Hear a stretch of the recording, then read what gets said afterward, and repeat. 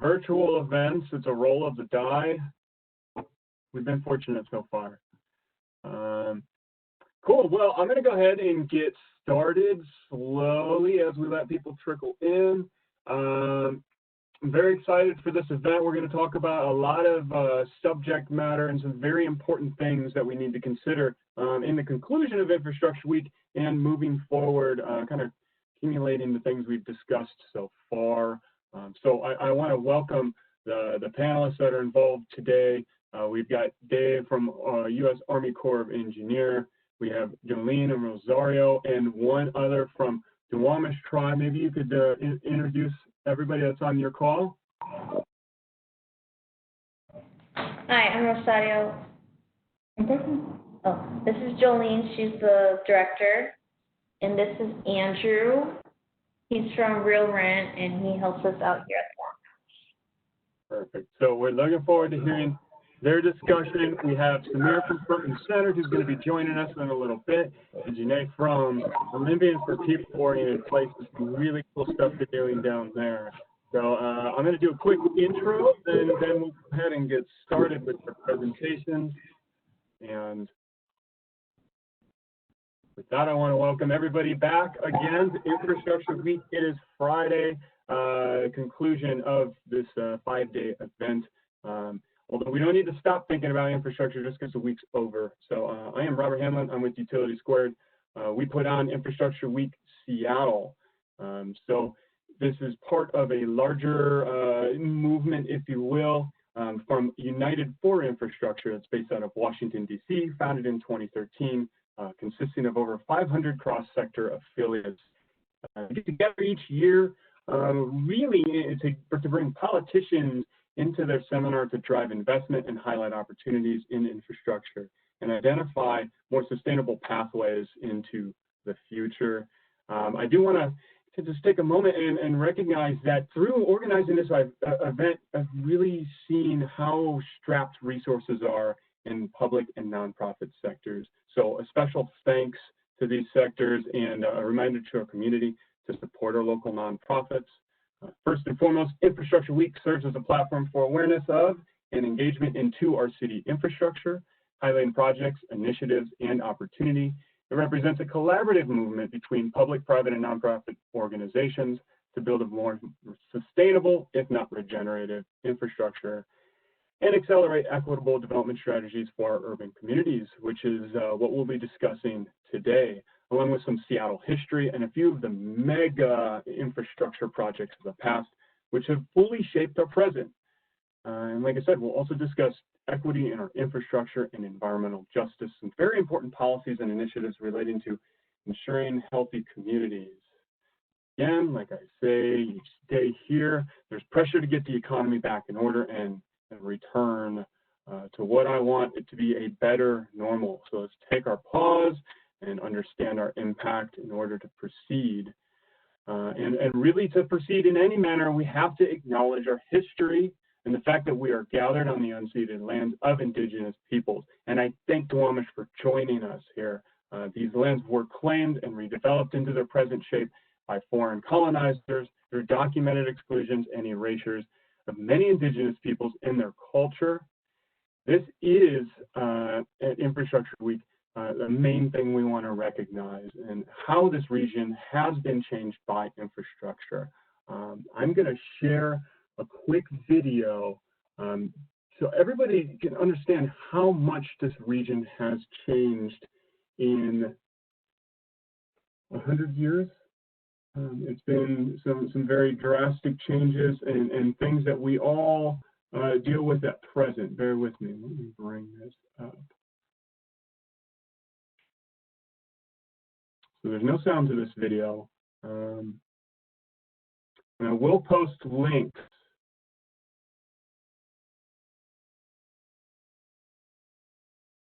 I will post links to where all of this content is at. But like I said, it's important to understand kind of where this region started. This is put together by the Burke Museum. Some of their online content has been very good in recognizing how this region has changed. They also have a resource that that shows how it was going back 10,000 years ago, even more so before the Ice Age, moving into the Ice Age, and just how the Puget Sound region has been shaped. It's amazing, something that I never really considered, although my hometown back in Ohio has also been completely shaped by the Ice Age. But again, we're focusing on Seattle and really how this development has shaped. So I'll just let this play. Like I said, there's no sound. But the goal is to see, through pretty much the formation of Seattle in 1852, this was a place before that. It was a very special place with unique geography, and kind of the approach that was taken was to clear a lot of that out and flatten it, and bring in other things to make it more of the city, to fall in line with the white settlers and their idea of what a town should be, a city should be.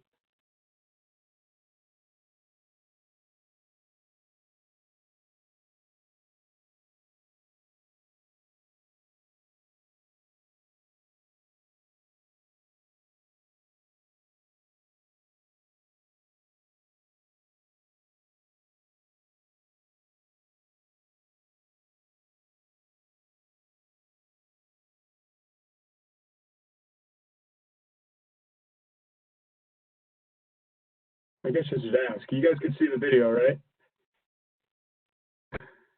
Yes. Yep. Good. It doesn't show up on my screen, but I've watched this quite a bit. Like I said, it's very dramatic. We will touch on some of these projects that have led to, the present day Seattle.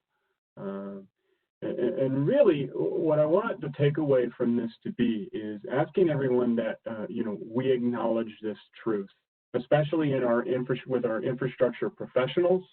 And we really need to respect the present and future cultural preservation of the indigenous peoples of this area. I am in Ballard, where Duwamish and coastal Salish communities are from, and let's really hold space in our thoughts. I've said this throughout the week, but I think we lose a little bit if we don't do this, but hold space in our thoughts for the countless cultures and earthly wisdom that's been lost through legacies of colonialism.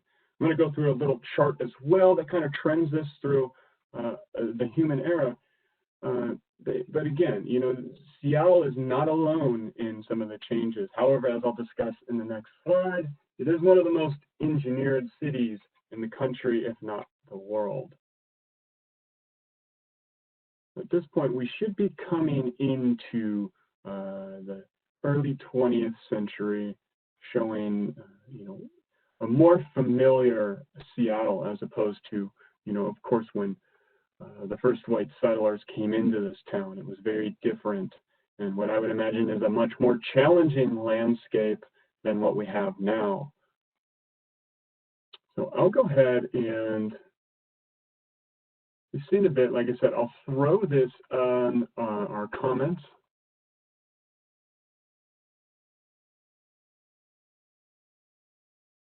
So that everyone has a chance to kind of go to this site and, like I said, see not just that, but the time period before settlers came into the area and what that region looked like. Like I said, a lot of this development started with, building jettyways out for ships to come in, for us to export things, import things, a lot of logistics. Like I said, Seattle was founded in 1852. It was around before it was founded. But like I said, it quickly became one of the most engineered cities in the world. As you saw in the last video, there were drastic changes made to the native environment and landscape, but probably the most notable were those carried out as part of the removal of the transgenerational Denny Hill regrade project, started in 1898.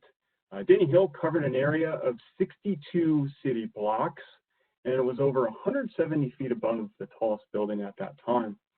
The project was halted in 1911 due to really high economical costs to remove that part of the hill. But of course, the promise of economic growth almost always prevails, as it did when excavations resumed in 1928. And by the time of its completion in 1931, Seattle was forever reshaped, making way for more business and industry. These changes have brought us into the present, where we now must have a discussion on environmental justice and how to ensure an equitable future for communities and their environments which have been adversely affected by this project. If you look from top to bottom, what I didn't include are some of these pictures that show the last holdouts in these communities, right? The mechanism for eminent domain was not as well established back then, so it really came down to holding out.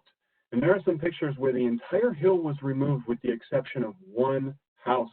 And there was one church that held out all the way till the very end, almost up until 1931. I will put a link to this video. It's about 15 minutes long, but it's I use the word cool because I'm an infrastructure nerd, but I also recognize, you know, if you look at those effects, it's not cool. It's just a perspective, and it's a lens into history. My mission as an engineering professional and earth steward is to do everything possible to restore balance with our ecosystem, making a promise to its many other inhabitants to accelerate sustainable change. I think it would be an insult to our indigenous ancestors of the past and for generations of the future to do anything less. So we must reflect upon past endeavors, the development and infrastructure endeavors, and ask what was the motivation, who benefited and who did not. Using the most powerful lens, that of history, we can now see these things clearly and with humility and place our optics on restorative actions and environmental justice to build a better future. And again, I believe that we can use the infrastructure as a platform to do so. I've covered this in the previous 5 days. I'll kind of blaze through it here, but we want to talk about infrastructure because a lot of people don't think that they have anything to do with it. And by the end of this, you might think otherwise. So we have our primary components, our roads, ports, rail, and what I call MUSI, municipal utility services and infrastructure. It's easier to say MUSI. And the governance managing them, which are the SPUs, King County, and even some of the private stakeholders like Puget Sound Energy. We have our secondary elements. Without these, we would not need the first. These are our buildings, apartments, sports, music, venues, and even houses. And what we talked about yesterday, my favorite, are the green spaces, keeping nature in the urban environment. And then we have our engineering impactful features, things like our geological and environmental constraints. Think about the aspects: shoreline, river, forest, the challenging climate here in Seattle to build sustainably. And we also consider local culture, preserving history. Like I said, it's up to us as infrastructure professionals to have that ethic guideline to preserve our history, maintain this positive and healthy city feel, and understand the economic conditions of the past, present, and future. So why should we care about infrastructure? Why are you here? I figured this would be, since it's the last day, a good time to show some statistics. Our infrastructure shapes each and every one of our lives, as well as the lives of future generations. There's tremendous opportunity from a career standpoint, from environmental improvements, and for social equity by building our infrastructure, making walkable cities, making our large, densely packed apartment complexes more livable and healthy. And so, that last slide is very important. Our water system is aging. Many large infrastructure assets are designed for about 50 years, and we have superseded them in nearly every city. So while increased public engagement can be a challenge for developers and designers, it is recognized that our infrastructure legacy has effects on environmental health, human population, and the millions of other inhabitants. We can't forget that humans are great and all, but we love the sound of birds. I love the sound of frogs. And if we don't reduce our impact, we don't know what will happen to that. And more importantly, what will our children's children hear at night when they're at the edge of the city?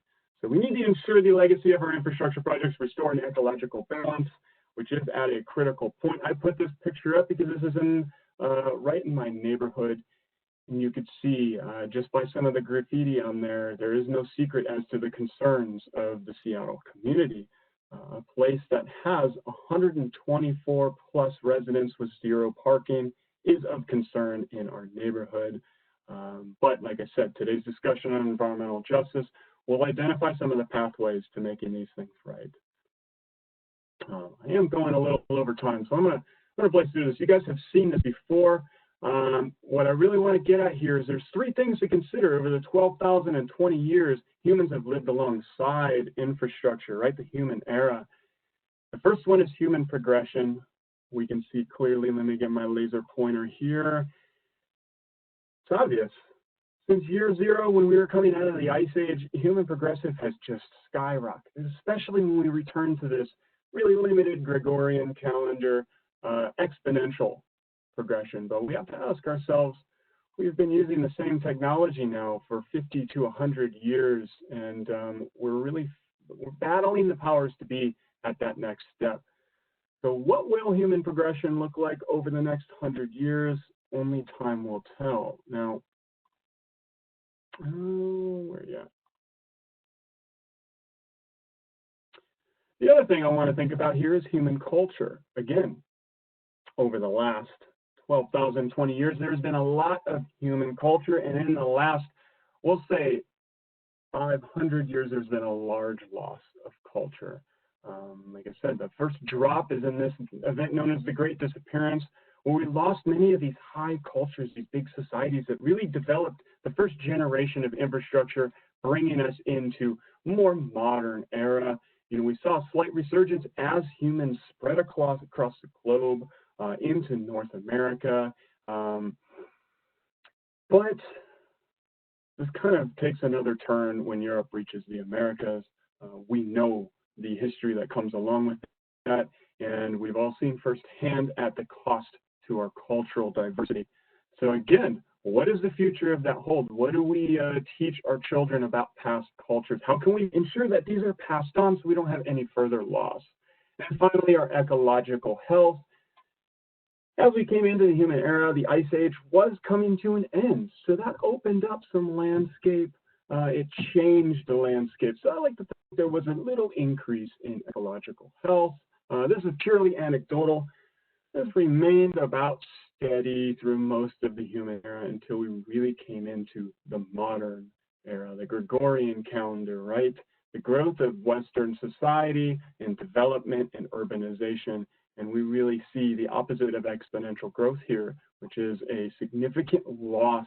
One of the statistics I shared yesterday is in the last 100 years, the UN estimates we've lost 70% of our natural wetlands.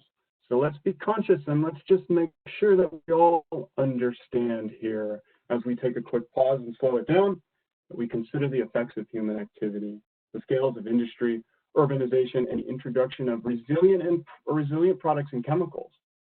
Just in the last 50 to 100 years, what does the Earth look like in 500 to 5,000 years?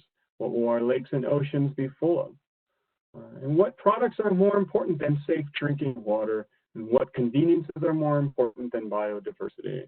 So let's start considering ecology at least on an equal playing field of economy. And my preference would be at a higher level.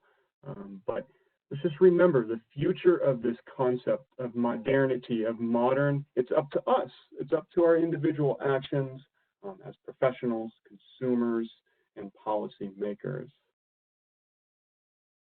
So I brought this up a couple times as well, right?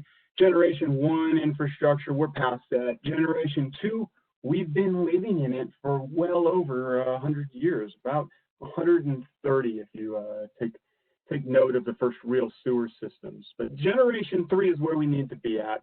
A lot of Europe is adopting this idea of symbiocities, connected processes. We don't need a truck to haul compost 500 miles when we could do it in that community. So it's a holistic and inclusive approach to sustainable urban development that transforms the urban challenges into opportunities. Some of this will be covered in the numerous blogs throughout this week, specific topics, so stay tuned on that.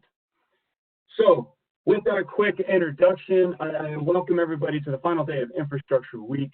Again, we want to highlight the importance of community awareness and civic engagement. I do have 5 quick minutes. So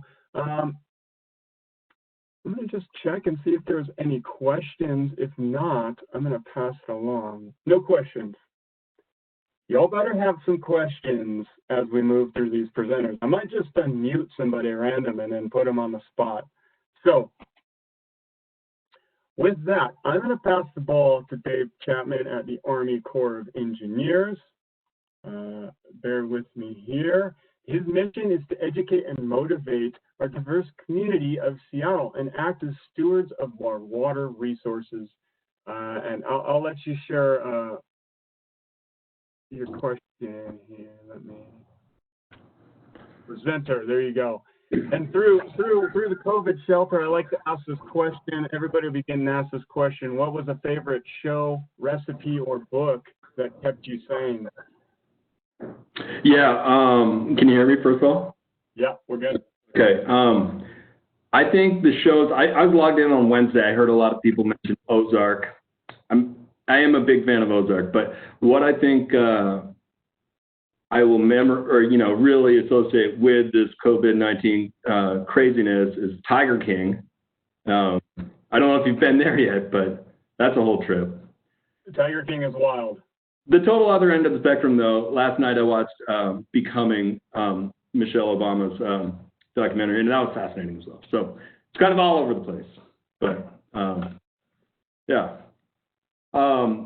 Okay, let me see if I can, how do I get my screen up here? Let's see, share content? Yeah, share content. It shouldn't be grayed out any longer. Okay. Let's see. Let me try this. All right, and then if I go F5 here, outstanding. Switch, it looks like it's showing your notes page. Okay, how should I change that then? You got a dual monitor set up? I have 3 monitors going, yeah. So yeah, just share the screen, whichever the one the main screen's on. I'm in the same boat. I got 3 monitors. It's been crazy. Okay, how do I change that? Share.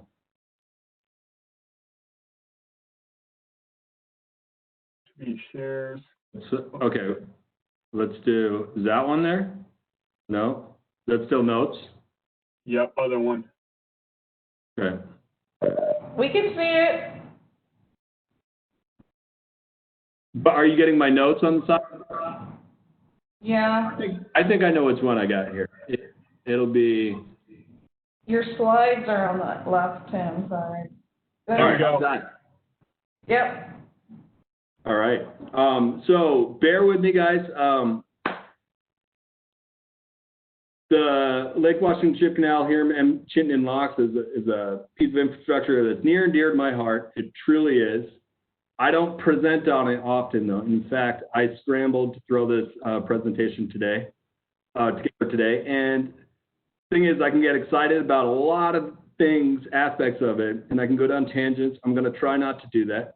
And I'm going to try and stay focused. And I'm going to try to stick to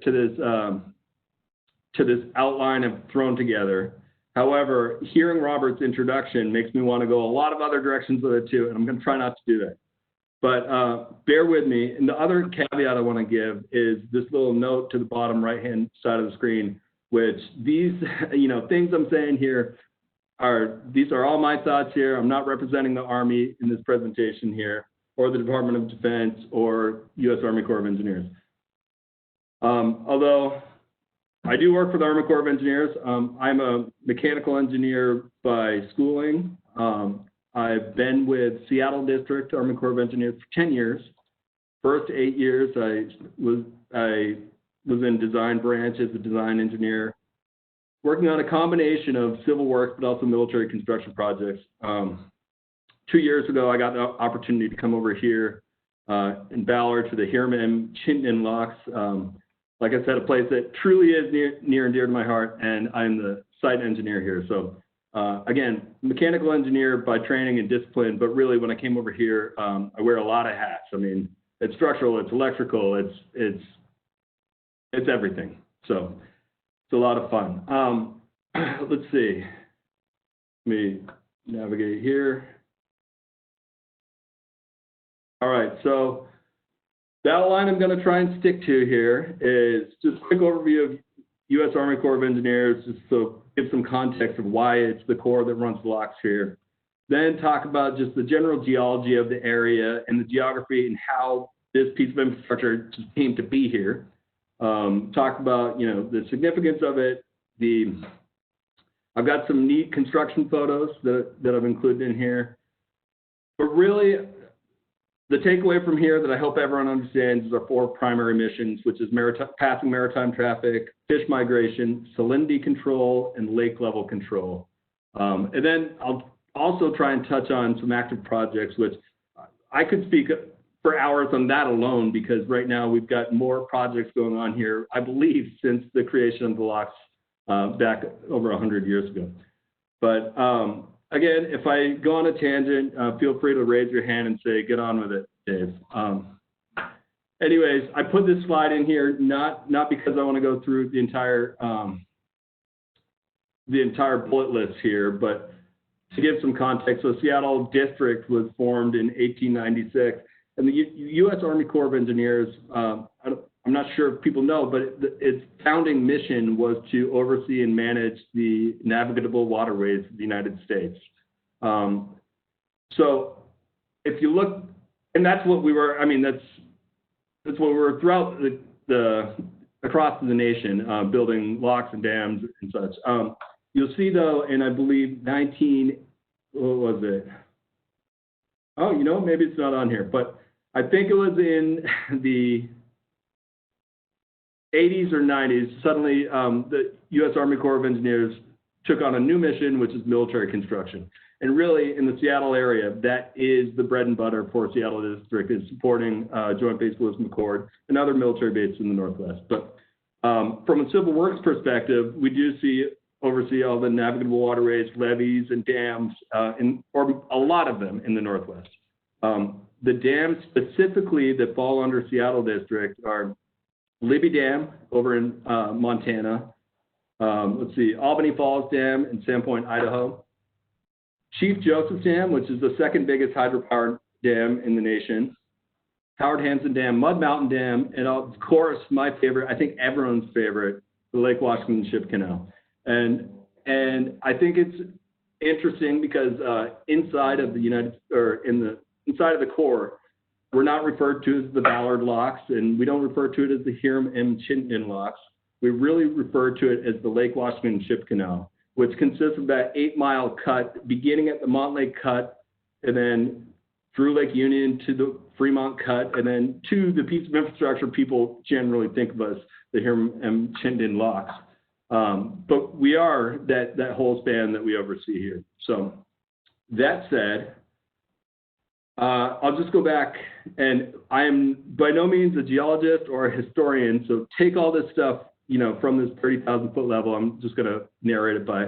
I just think it's important, though, because it helps talk about how the city came to be shaped the way it is. So about 17,000 years ago, we were covered in a huge glacier.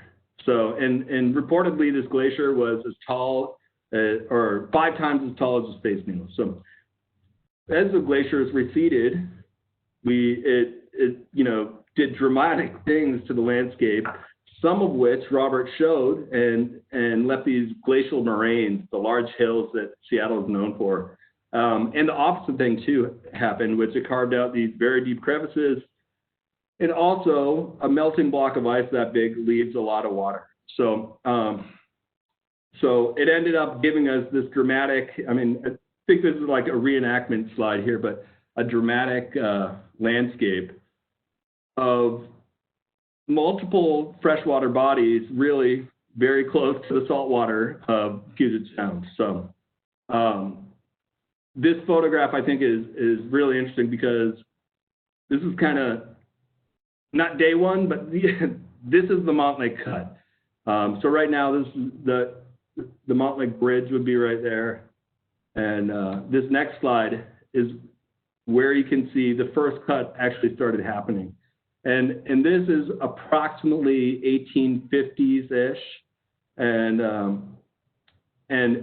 reportedly, these first cuts were made by Harvey Pike. So there are a few like famous names, Seattle names, that were all in the initial conception of cutting this channel with the intention of bringing a bonus to industry, allowing timber, the wood industry and just industry in general to thrive. So those conversations started reportedly in the 1850s. Fast forward 50 years or so, and reportedly also Henry Pike went out there with a pickaxe and just said, look, if nobody's going to do it, I'm going to do it. And he started it with manual labor. By the early 1900s, Washington State said, let's get behind this project, and gave a whopping $250,000 to kind of go towards this project. Just after that is when this, and again, I'm not a historian, but I believe the timeline is just after that is when this became like a U.S. Army Corps of Engineers project. And again, the Army, we're coming into it for navigable waterways, but there were a lot of thoughts from naval leaders at the time that we could make a world-class harbor for a world-class military harbor, because maintaining boats in saltwater, the saltwater is so aggressive and deteriorates things. So to be able to bring your boats inward, it would just be this world-class amazing thing. And that was a lot. I think that's why the government got behind this a lot. So when the Army Corps came in, the design engineer that came in to command the building of this was Hiram M. Chittenden and Locks, and so the namesake for this piece of infrastructure. So anyways, the project began. And perhaps this slide might be out of order, but it can illustrate a few things. So one of the things that I've found fascinating is when that connection between Lake Washington and Lake Union occurred, it dropped Lake Washington 9 feet. And the implications of that were massive, because the original migrating, here, how do I get a fish or a laser pointer thing here? Well, I'll tell you this. If you follow the red line here, so off to the right of your screen, that is Lake Sammamish. And then in the center of your screen is Lake Washington. And obviously the green path carries out through the Montlake Cut, Lake Union, the Fremont Cut, and out to the Puget Sound. Now, the red line was the initial fish migration path. So they would come from Lake Sammamish through the Cedar River, then down through Lake Washington, and then to the Duwamish via the Black River. Now, when Lake Washington dropped 9 feet, it dried up the Black River. So, that always leaves me just breathless when I think about that. So, to their credit and to Hiram's credit, Hiram somehow knew enough to build in a fish ladder. So, again, my slides are out of order here, but put it this way. The fish ladder that was built in the initial construction of this lock and dam was the first that I know of, certainly in the nation, possibly in the world. And so as much as this was like a huge blow to the natural ecosystem, there was also some foresight into how are we going to provide migration paths. So, and again, it was not without impacts to communities. It was, many tribes lost their fishing grounds and just their villages, to be honest. So again, I'm not a historian. I can't get into the details of this, but it was not without its ramifications. So anyways, some construction photos here. In order to build this, massive piece of infrastructure, a lot of cofferdams had to be built. Or actually, I'm jumping around here, but this slide here basically breaking that first barrier between Lake Washington and Lake Union. And Robert, you mentioned a few things in your talk, which I think is, trying to not necessarily undo the damage we've done in the past, but I think this piece of infrastructure is really interesting in that this will be a very difficult piece to undo.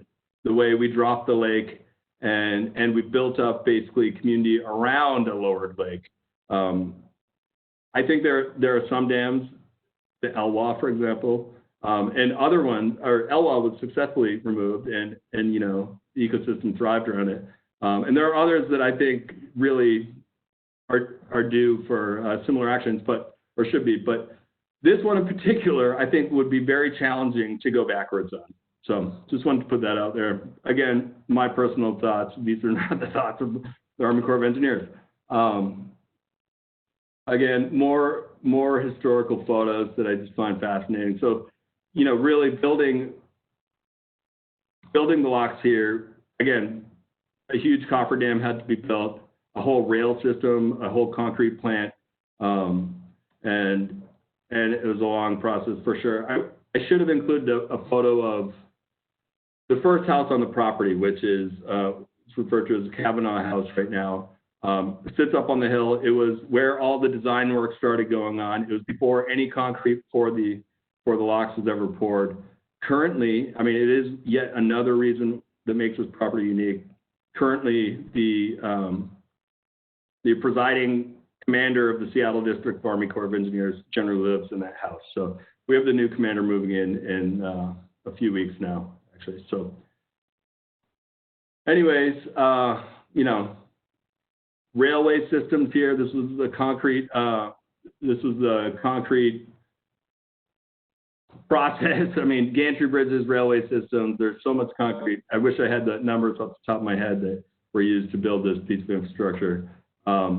And again, just clicking through some of these, you can see here. This is, I guess, well, the large lock chamber I can see right there. So we are, in this photograph, it appears we are looking east. You can see some of the large lock miter gates are already up there. Then the small lock is over on the right-hand side of that. Anyways, fast forward, this is what the large lock chamber looks like today. And maybe some of you have seen this. We dewater our large lock chamber annually for maintenance. Recently, we've been dewatering it more than normal because we have been doing some massive construction projects, which I'll touch on soon. Anyways, that was kind of the history that got us up to real time. So just want to talk about what this piece of infrastructure is now.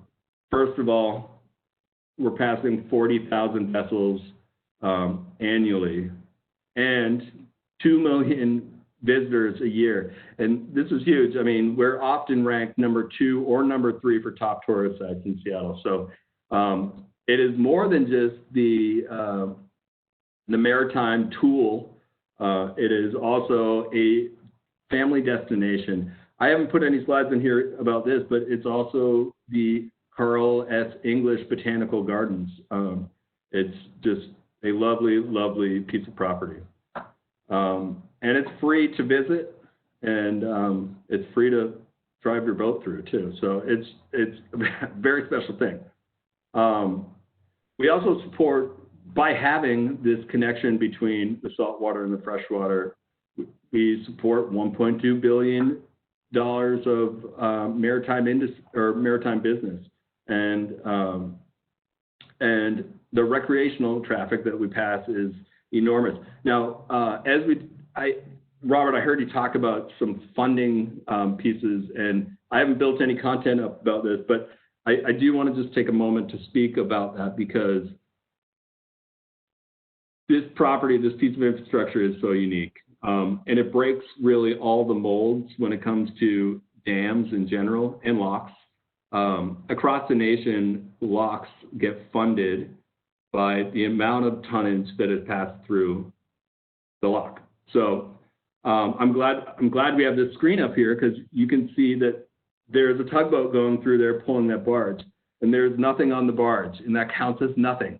So, and then, you know, oftentimes we'll have massive fishing vessels pass through the chamber, but they've offloaded their cargo, you know, out in the salt water. They're coming in for freshwater harbor, but it counts as nothing.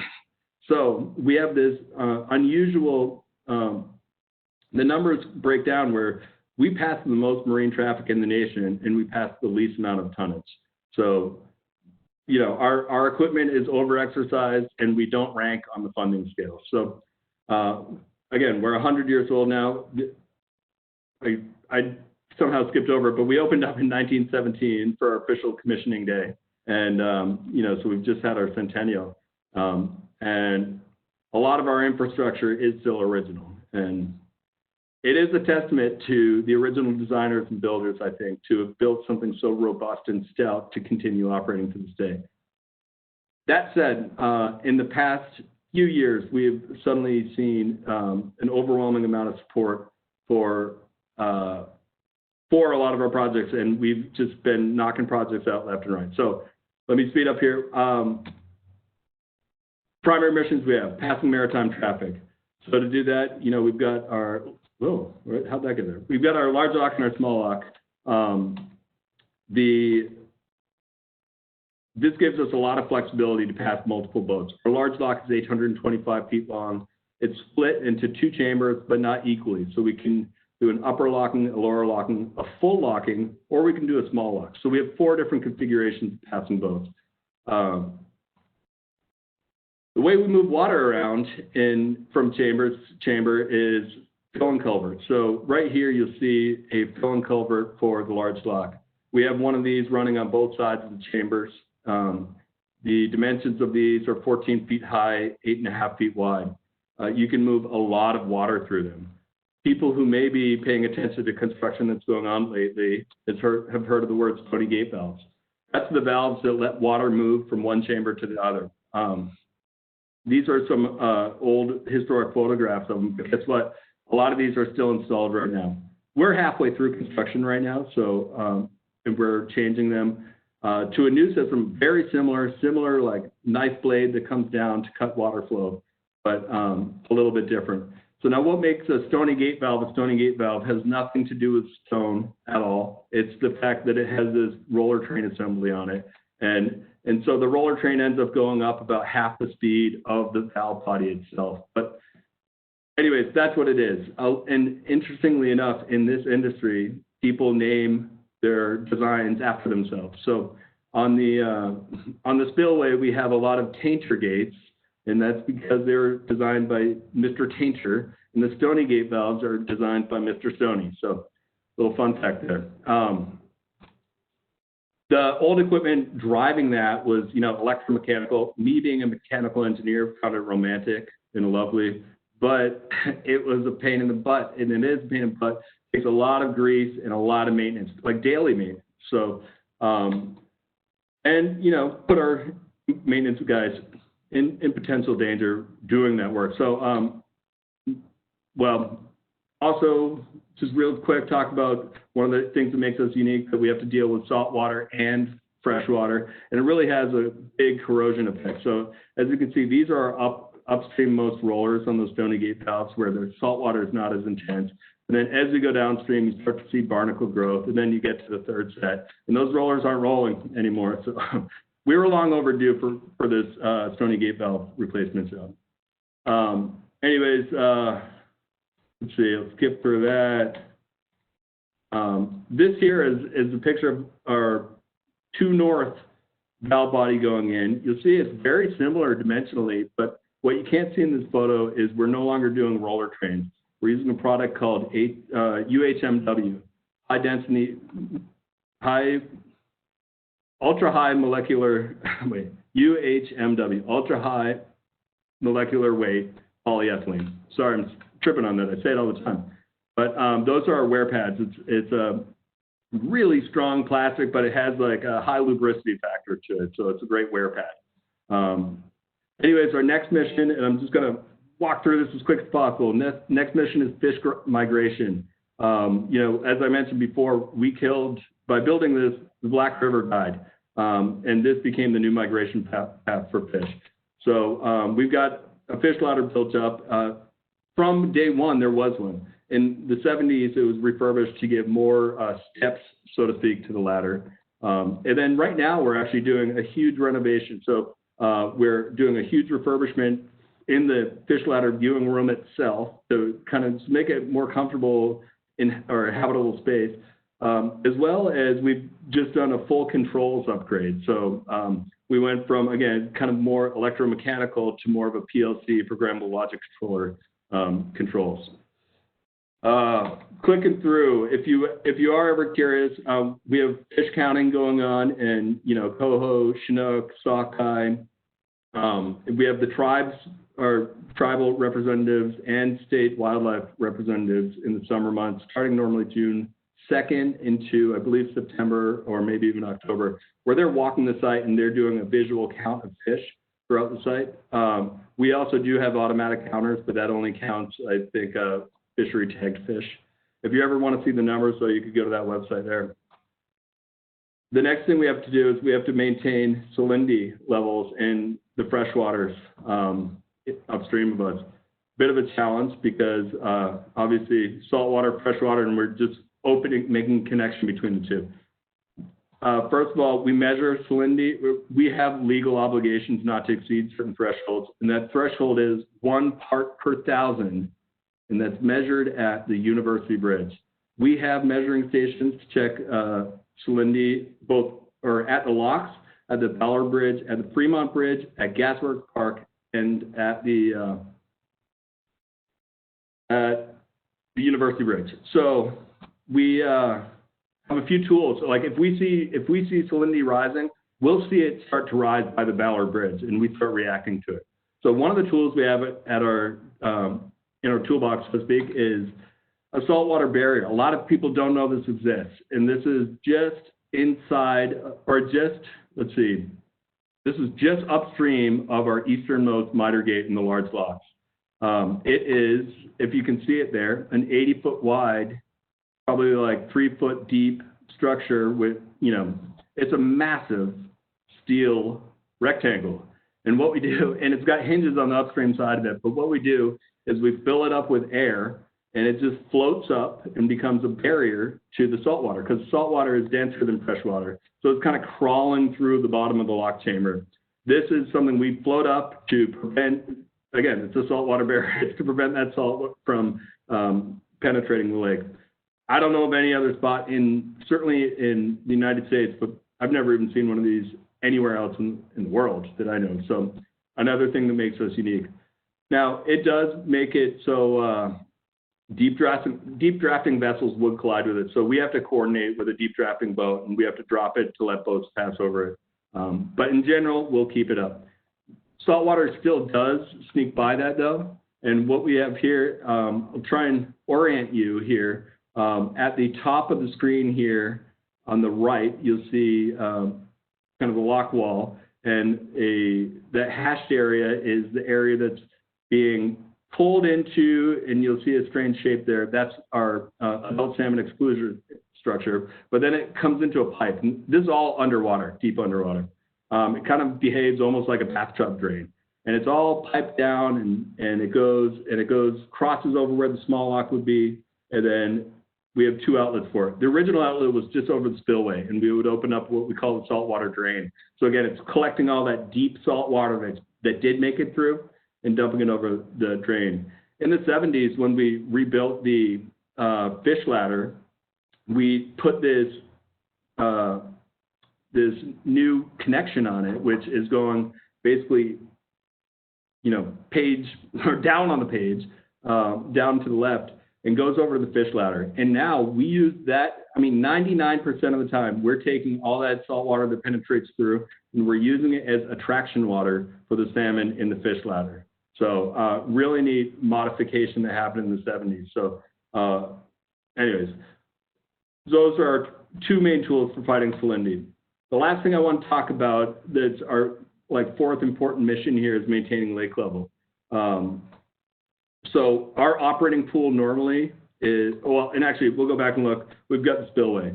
There are 6 spillway bays, and they have tainter gates on them. Let's go back to use that word again. But depending on the year, we have different elevations that we're trying to keep the pool. And when I say pool, I mean Lake Washington. we generally try, and we have different datums. So if I were you, I would look at the right-hand side of the rightmost datum. But we keep our pool anywhere between 20 feet and 22 feet. Here's the real data of how that goes every year. You can see we do a pretty good job with it, but it's very weather dependent and obviously rain dependent. But the other thing that one of the biggest places that we do lose water is through evaporation every year. So, very powerful tool. The importance of keeping lake level between 20 and 22 feet is significant, and a lot of people don't think about it. But and I wish I had built a slide for this, but it's not just so that people's houseboats like don't hit the bottom or anything. It's because two major pieces of infrastructure are on Lake Washington. That's I-90 and the 520 bridge, and those are both floating bridges. I'm sure you've heard. So there are restrictions for how low or elevations of the lake, where I believe if the lake dropped to, and don't use this number, but let's say the lake dropped to 18 feet, all traffic needs to come off of both those floating bridges. And if we were to go probably anything beyond that, there is a breaking point. I know the new 520 bridge has some mechanisms to start to release it and slowly let it go out. But anyways, without getting into all the details of where those critical numbers are, maintaining lake level is done at the locks here, and the economic ramifications of doing so are massive. Even if we did not if we were losing pool, and even if we did not break a bridge, even not allowing to pass traffic on it, just shudders. I shudder at the idea of not having traffic there. It would paralyze the commerce in the Northwest. But anyways, the tools that we have for that, this was the original closure system. You can see that lovely old crane. And we've just upgraded it now to this brand new crane. It's just got commissioned within the month. And these are our stop plugs. If we ever lose pool, we've got a system that we're going to drop in and close it. There is again, all these systems I keep talking at length on, and but I think I'm running out of time. So I'm going to leave it here. I won't even get into these either. We'll just open it up for if anyone has any questions. Or actually, in closing, I would say this. Come visit us here at the Ship Canal. We are closed to the public right now, but when we do open back up, it's just a lovely place to visit. There's so much to see and so much to learn. So, yeah. Awesome. Thanks, Dave. I did get one question. I wonder if you might answer, even Duwamish, if you might know. There is invasive species in Lake Erie and many of the Great Lakes. Are there any invasive species that have threatened Lake Washington that you know of?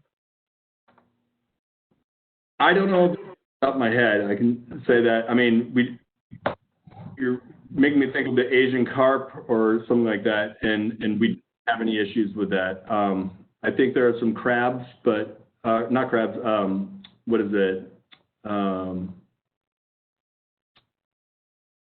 Well, I don't know. I'm not an expert on that, so I'll pass. Yeah, and that's fine. I could do some research. I'll get that question answered because it's a very good question. And anytime we merge bodies of water, it's an issue that we need to think about. Especially, I did a research project on zebra and quagga mussels, and talk about biofouling and messing with our infrastructure.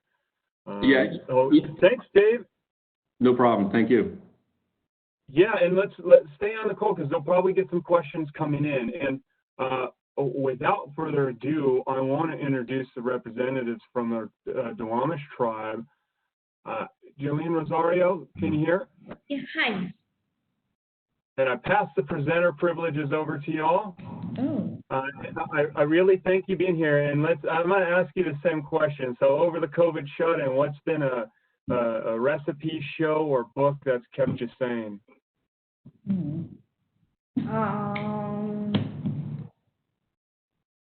I've watched the whole season of The Office, like almost twice now. So it's the perfect way to stay sane, you know? Gotta have some humor. I haven't read a book or watched much TV. I've been doing home projects. And I think I'm eating everything. Well, you've been working on a lot of stuff in your community and, kind of making this shift into sustainable development, preserving culture, and environmental justice. I'll let you take it away and share those initiatives to our community and, like I said, the infrastructure professionals here that are doing a lot of this work. So go ahead and take it away. Okay, my name is Jolene Haas. I'm the director here at the Duwamish Longhouse, and I'm Duwamish and Suquamish. And one of the main priorities of running the Duwamish Longhouse and Cultural Center is to completely finish the mission, which is to be connected to the Duwamish River. It's why we built the Longhouse here in West Seattle on West Marginal Way. It's across from the T107 Park, which is an archaeological site. It's very important to us. As you know, the Duwamish River is a Superfund site, so we've been very involved in Duwamish River Cleanup Coalition, and that now is in the hands of the EPA to follow through and all the recommendations. I think it's 20-year recommendations of how that's going to get cleaned up.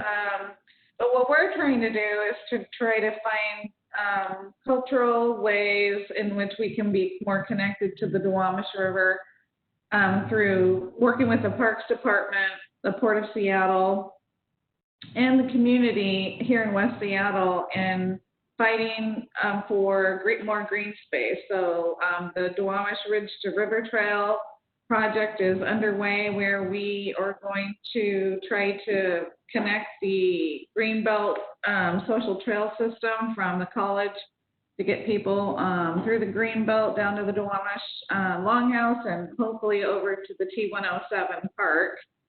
The other thing that we're doing is really just to follow through on the Port of Seattle's plan, their comprehensive plan that they did in the 1990s, which is to really make that T107 Park an interpretive site. There's hardly any signage over there, relevant signage, I would say, that really let anybody know that is actually a historic site on the National Register of Historic Places.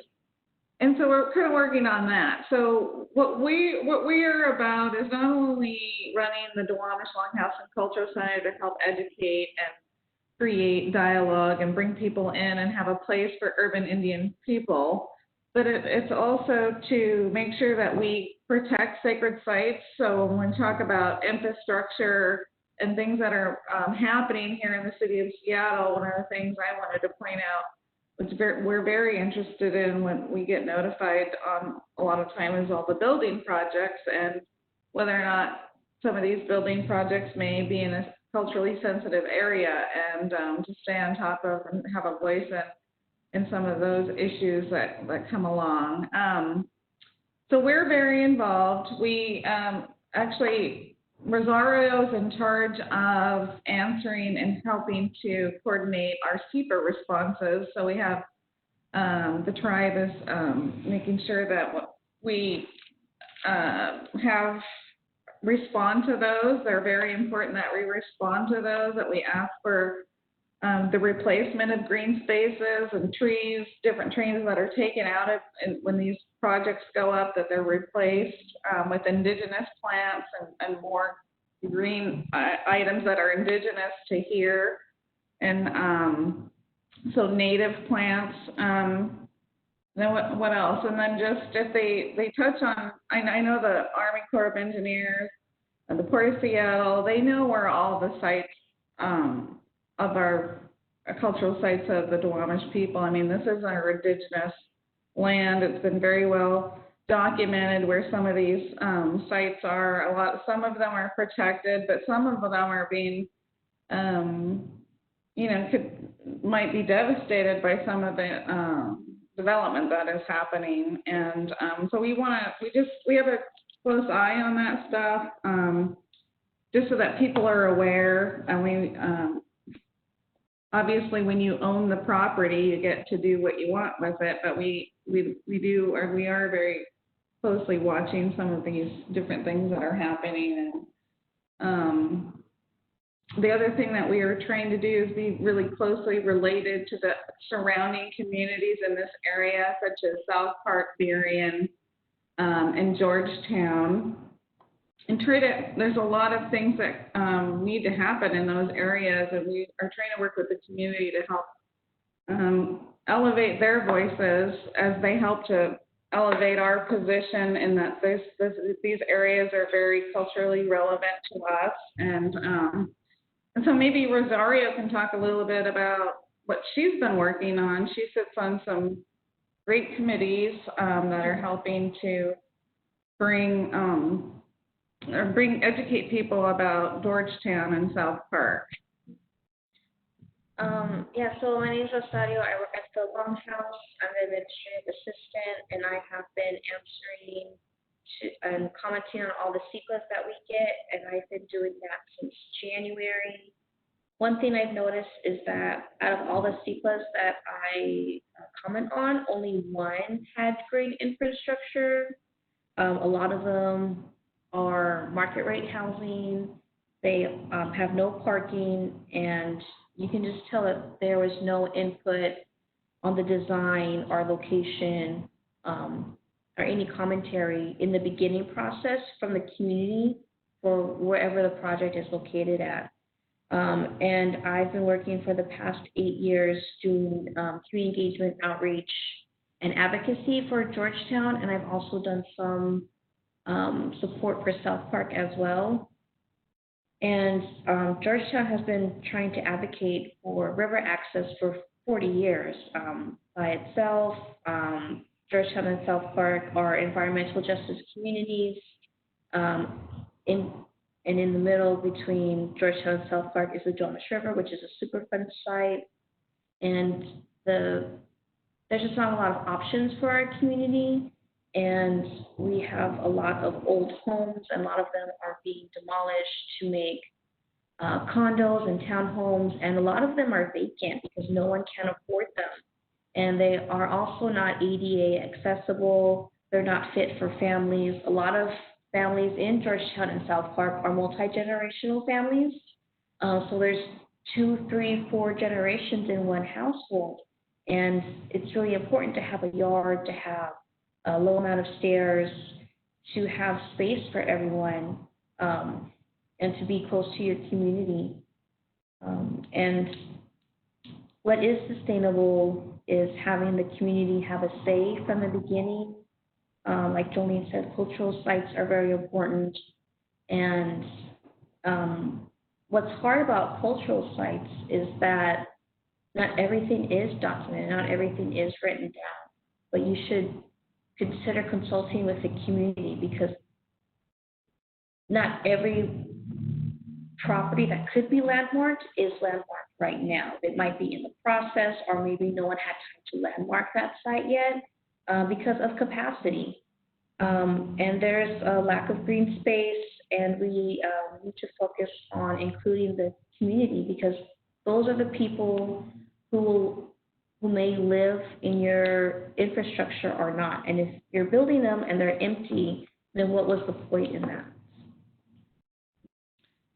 So I thank you, Rosario. And I wanted just to also, you started off in your presentation, Robert, about impacts and equity and sustainability. Those are all buzzwords if you don't actually put those things, if you don't actually activate them. And, you know, one of the impacts of some of the areas that Rosario was talking about is that, you know, there's been not that much, what do you say, like nobody's investing in these areas. I mean, this is an industrial area. It's one of the oldest cities, Georgetown is, in the city of Seattle. It's not incorporated, right? Or incorporated. And so, but there's not a lot of investment in it's a low-income community.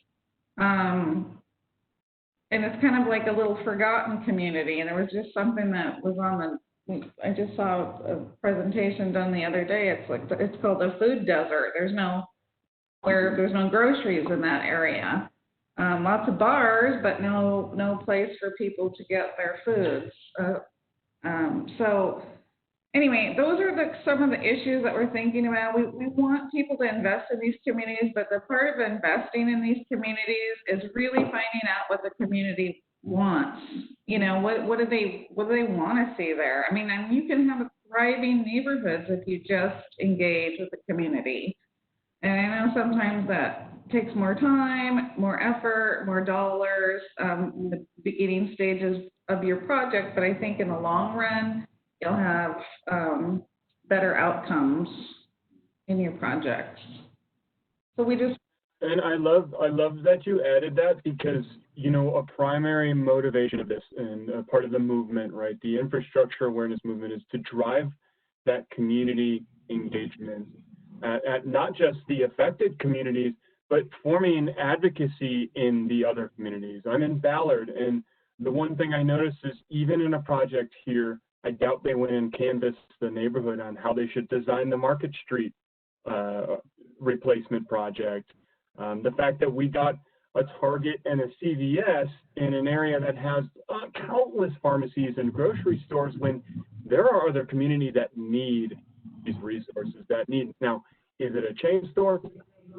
All right, I'd much rather have a locally owned business, but rather than waiting for policy to catch up, we as the infrastructure professionals can make those choices to say, in the 0% design phase, we are going to go into the community, we're going to put the signs up and get people that are interested to come give us their knowledge and to be part of that 0 to maybe 60% design phase.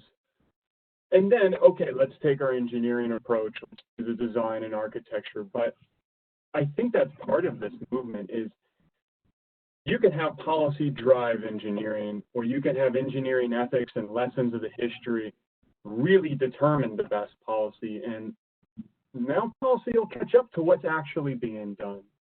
So I'm glad you added that. And these things of buzzwords is such a truth today. I'm guilty of using them, of course. But let's drive this awareness and let's go. I've been in the Seattle area now for 2.5 years, and there's so many places I haven't gone. I'm fortunate to have a friend in Burien, so I could go see how many beautiful places are down there, how many locally owned establishments are serving delicious food. And if nothing else, encourage people to go into those communities and see, you know, and engage with your communities and hopefully have a sense of awakening, not just infrastructure, but again, restoring your community and keeping you guys in control of your development destiny. Mm-hmm. Yes. Okay, so do you want to add anything else? You want to say anything? Well, I think it's a good transition to Samir and some of the things that's being done on that side of policy to drive these changes, as well as some really awesome initiatives that you're working on at front and center.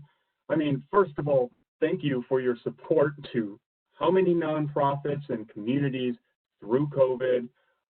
You know, there's been unlimited impact, but different levels of impact, right? And I'll let you cover that. Let me pass you the ball here. All right. And should I have my PowerPoint. Okay, so I'm now the presenter. And I can share content. Okay, perfect. So Samir, you're running front and center. You've been doing that for a few years now, right? And your mission here, protecting Washington's environment and guard against prevent the effects of climate change. Here in the Pacific Northwest, we are feeling those effects. Like I mentioned a couple of days ago, ocean acidification is big here, but really policies and solutions centered on racial and economic justice. I guess I'll add this too. What was your favorite way to stay sane here? Your favorite show, book? I'd say my favorite show. I watch Stephen Colbert, so I really like him. And the thing that I'm reading is the New York Times editorial. They've been putting out a lot of series about the America that we need. And I'm just blown away by the stuff that they're writing. It's really in response to the COVID crisis, but that kind of helps me stay sane too. Well, take it away. Thank you. So can you see the screen that says the agenda, or is it It's still in slides view. It's still in slide view. Okay. Let me just well, I'll go ahead and just start talking, and then as I try to adjust that. But hey, everyone, my name is Samir. I am the Civic Engagement and Policy Manager for Front and Centered, and I think the last presentation is actually really some of the things that came up about having a more engaged government is a really great transition to what I am going to be presenting on. And so I'm going to go over a little bit of background on who Front and Centered is, and then I'll talk about some of the origins of the HEAL Act, the Healthy Environment for All Act, and the Environmental Justice Task Force that we are a part of.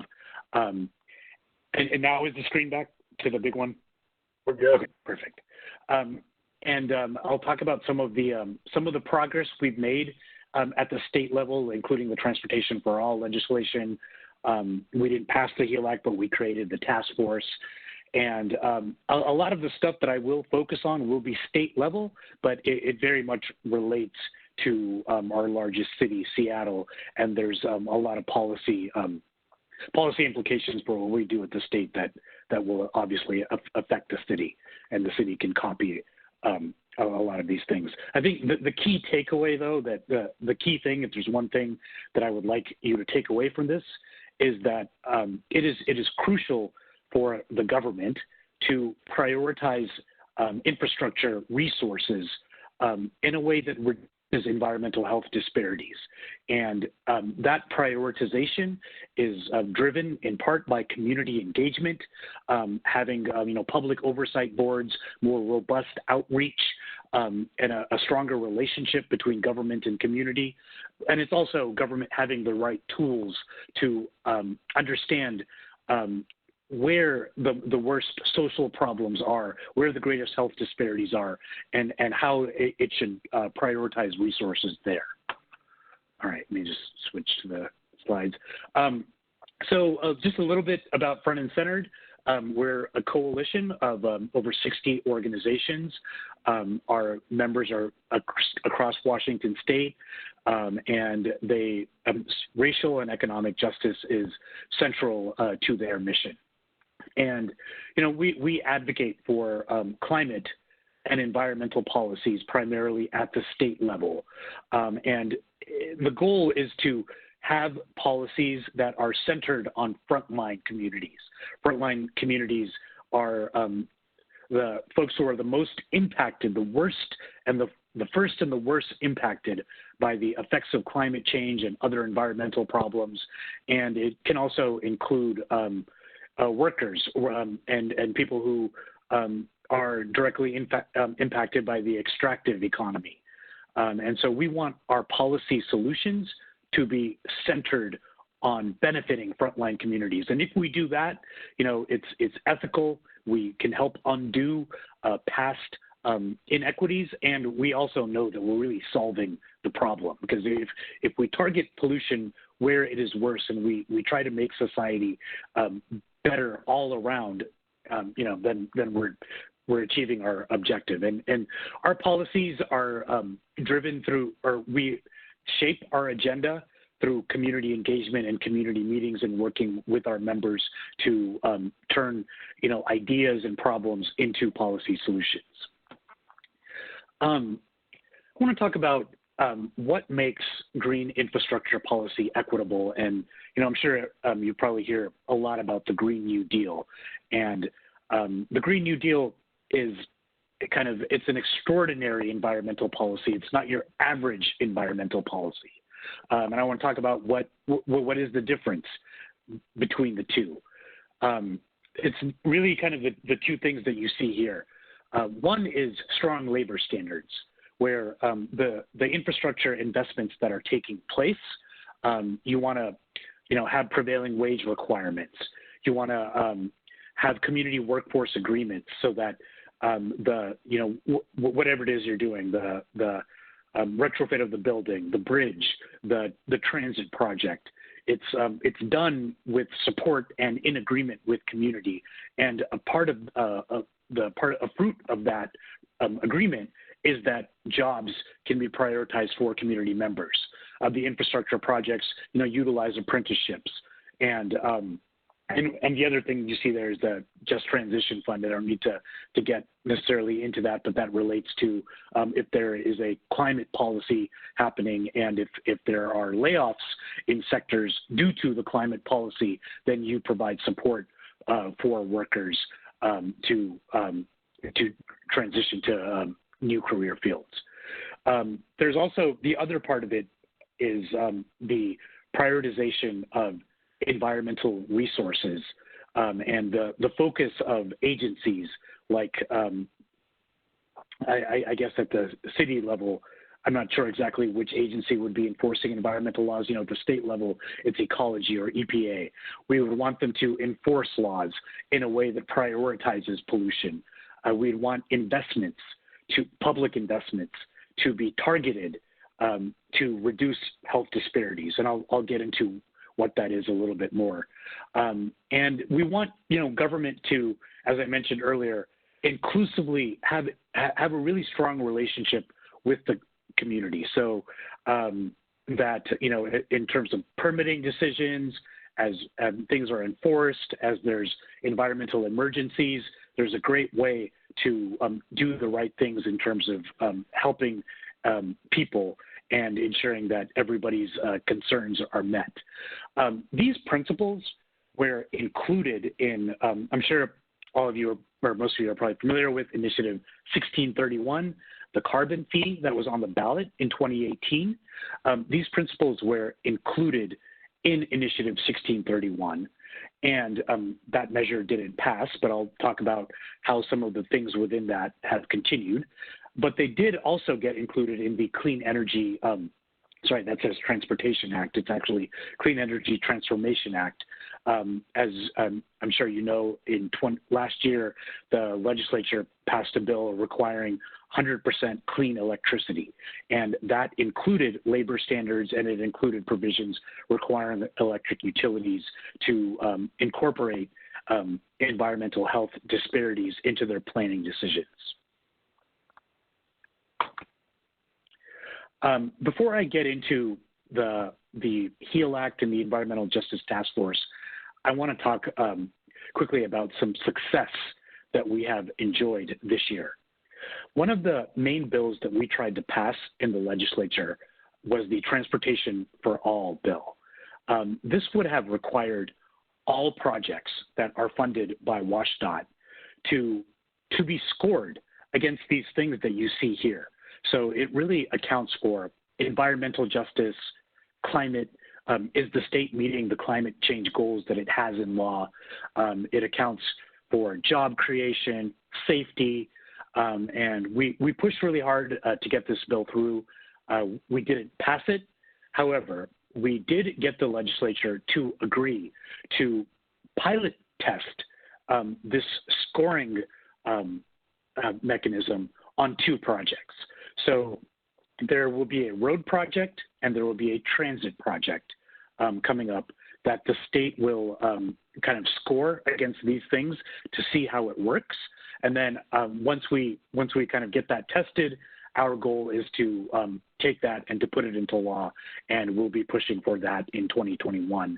And certainly that applies to applies statewide, but it would definitely apply to transit projects in Seattle. And it's really a way to it ensures equity because there's environmental justice provisions. It requires pollution reduction. And on the economic vitality piece, it ensures that it's creating jobs, improving people's access to jobs, and and that results in helping to improve quality of life. Next thing I want to talk about is the HEAL Act. So as I mentioned, in Initiative 1631, there were some requirements in that bill that would have required the government to prioritize its investments. 35% of the revenues that would have been collected from the carbon fee would have had to have been invested in a way that reduces health disparities. It would have had to have been targeted to disadvantaged communities. And so even though we didn't pass that, we wanted to keep that concept alive of the government prioritizing its investments to improve public health. So to do that, we conceived of the HEAL Act. This legislation, you would do the things that you see there. I think one of the most fundamental things is the reduction of the health disparities. And I'll go into what the health disparities map is, but basically it's all investments, all dollars should go to create a level playing field and achieve a standard of health quality that is the same across the state. And that standard would be determined on a cumulative impacts analysis on a holistic basis that combines socioeconomic factors and environmental factors. So we pushed really hard for this bill. We didn't pass it, but we did get the legislature, instead of passing it, they did create a task force. And that task force was given the charge of developing recommendations for the governor and the legislature on how state agencies can incorporate environmental justice principles into their work.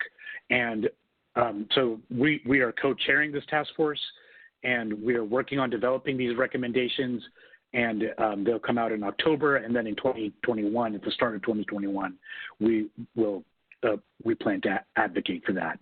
And you can see who the members are here. It's 9 state agencies, front and center, 4 community groups, and 2 business groups, the Farm Bureau and the Association of Washington Business. These are quickly the study areas that the task force is going to develop its recommendations on.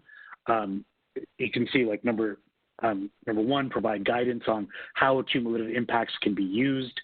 That's the thing that takes different factors into consideration, and I'll explain what that is in a minute. And then best practices for public participation, recommendations on how state agencies can go about reducing health disparities and what are the signs of progress, and then there's model policies. This is the formula that is used to calculate the relative health of a given community. It's basically threats multiplied by vulnerabilities, and that equals your risk. The threats are what you see on the left. That's the environmental exposures, things like diesel pollution, ozone, particulate matter, and then there's environmental effects like the likelihood of, well, it's like how close do you live to a Superfund site or some other type of hazardous waste facility. And then it considers that because if there's like a dangerous event, like a flood or something, then, you know, if you live close to that, then you're obviously at a higher risk if there's an accident there. So it takes those things multiplied by the sensitive population factors, and that covers things from housing burden, unemployment, linguistic vulnerabilities, education levels, as well as rates of cardiovascular disease and populations with low birth weight babies. So what I want to do is demonstrate the map. So Robert, are you actually able to pull up that link, and maybe you could pull it up and we could just go through it?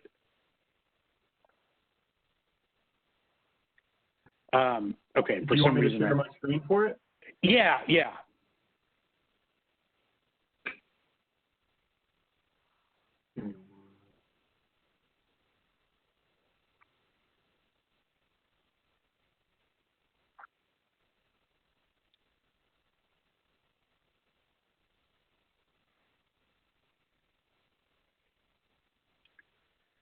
Okay. Yep.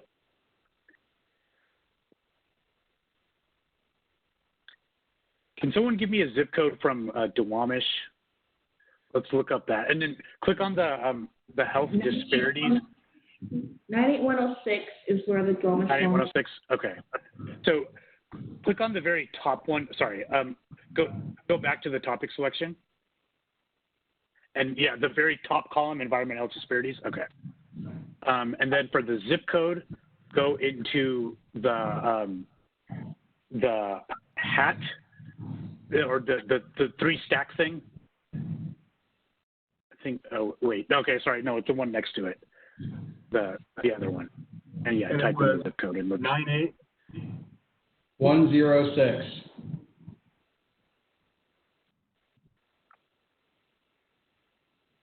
Yeah, and so just zoom in to that, and so this is the map that shows the disparities. So on the right, what you see is the rank. The darker it is, the more disparate health outcomes there are. And so the lighter the blue, the less concerns there are in that community. And could you scroll to the corner, Robert, back to the thing with the 4 bars, and just so you could pull up the that, and click on the health, click on like one of the exposures, so you could, if you like click on that, you can see like how a community ranks individually on one of these things, for example. Let's talk about maybe PM 2.5, which is heavily related to basically PM concentration industrial activity, right? Yep, that's related to industrial activity, and there's socioeconomic factors, environmental effects, and so the cumulative impacts analysis takes all of these things into consideration. As I mentioned, there's the environmental exposures and effects. But then the socioeconomic factors in the sensitive population can kind of show how vulnerable you are to those things.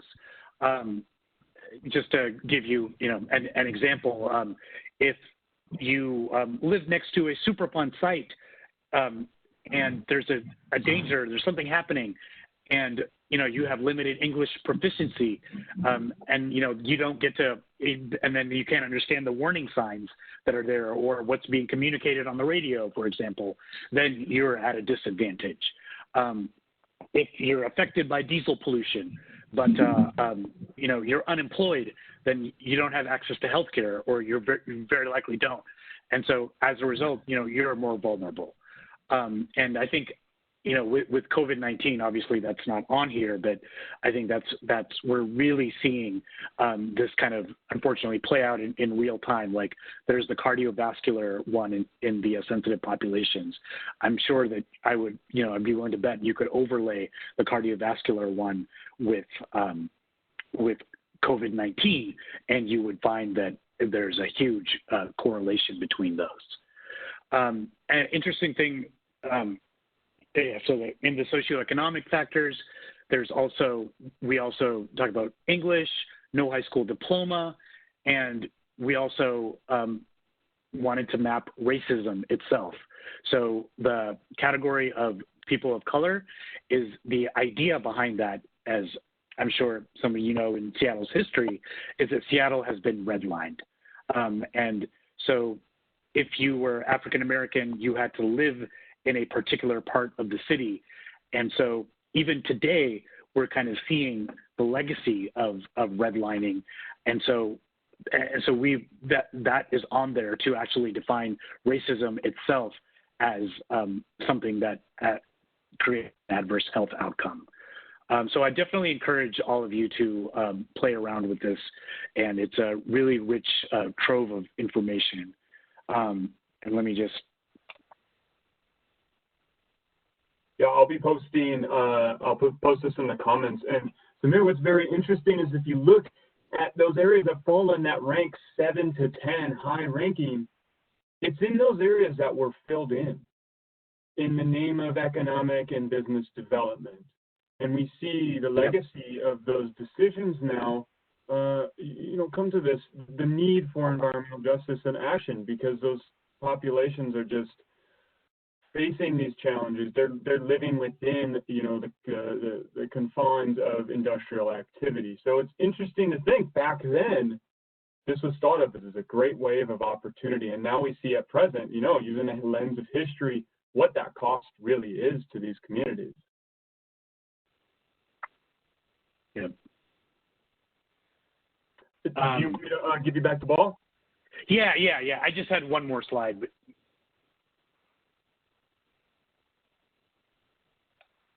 Okay. Can you see my screen? Good. Okay. Can everyone see the last slide of the? I can only see you. Oh, you can only see me. Okay. Let's see.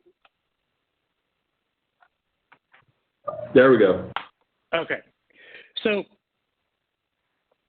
what I want to leave you with is that, well, I would like you to get in touch with me. If you want to get involved in this stuff, send me an email and I'll add you to our advocacy listserv. I guess that's the main takeaway. But there's a lot of things, happening right now at the federal level, at the state level, and there's opportunities for us to solve a lot of social inequalities if we can if we can be committed to it. And there's a clear link between the COVID crisis and pollution. I mean, this is a respiratory problem, and that's just one example. There's several other things that relate to resilience. But and there's also the job losses that are happening. And if we can invest in infrastructure, then we can create a lot more jobs. If we can target that infrastructure and make it just by making it reduce health disparities and having strong labor standards, then we'll even be better off than before. And so, hopefully we can do this at the federal level. My organization is more focused on doing it at the state level, and we are going to push hard for a Green New Deal. And we think that there are opportunities to raise progressive amounts of revenue even right now and invest it in infrastructure, in transportation.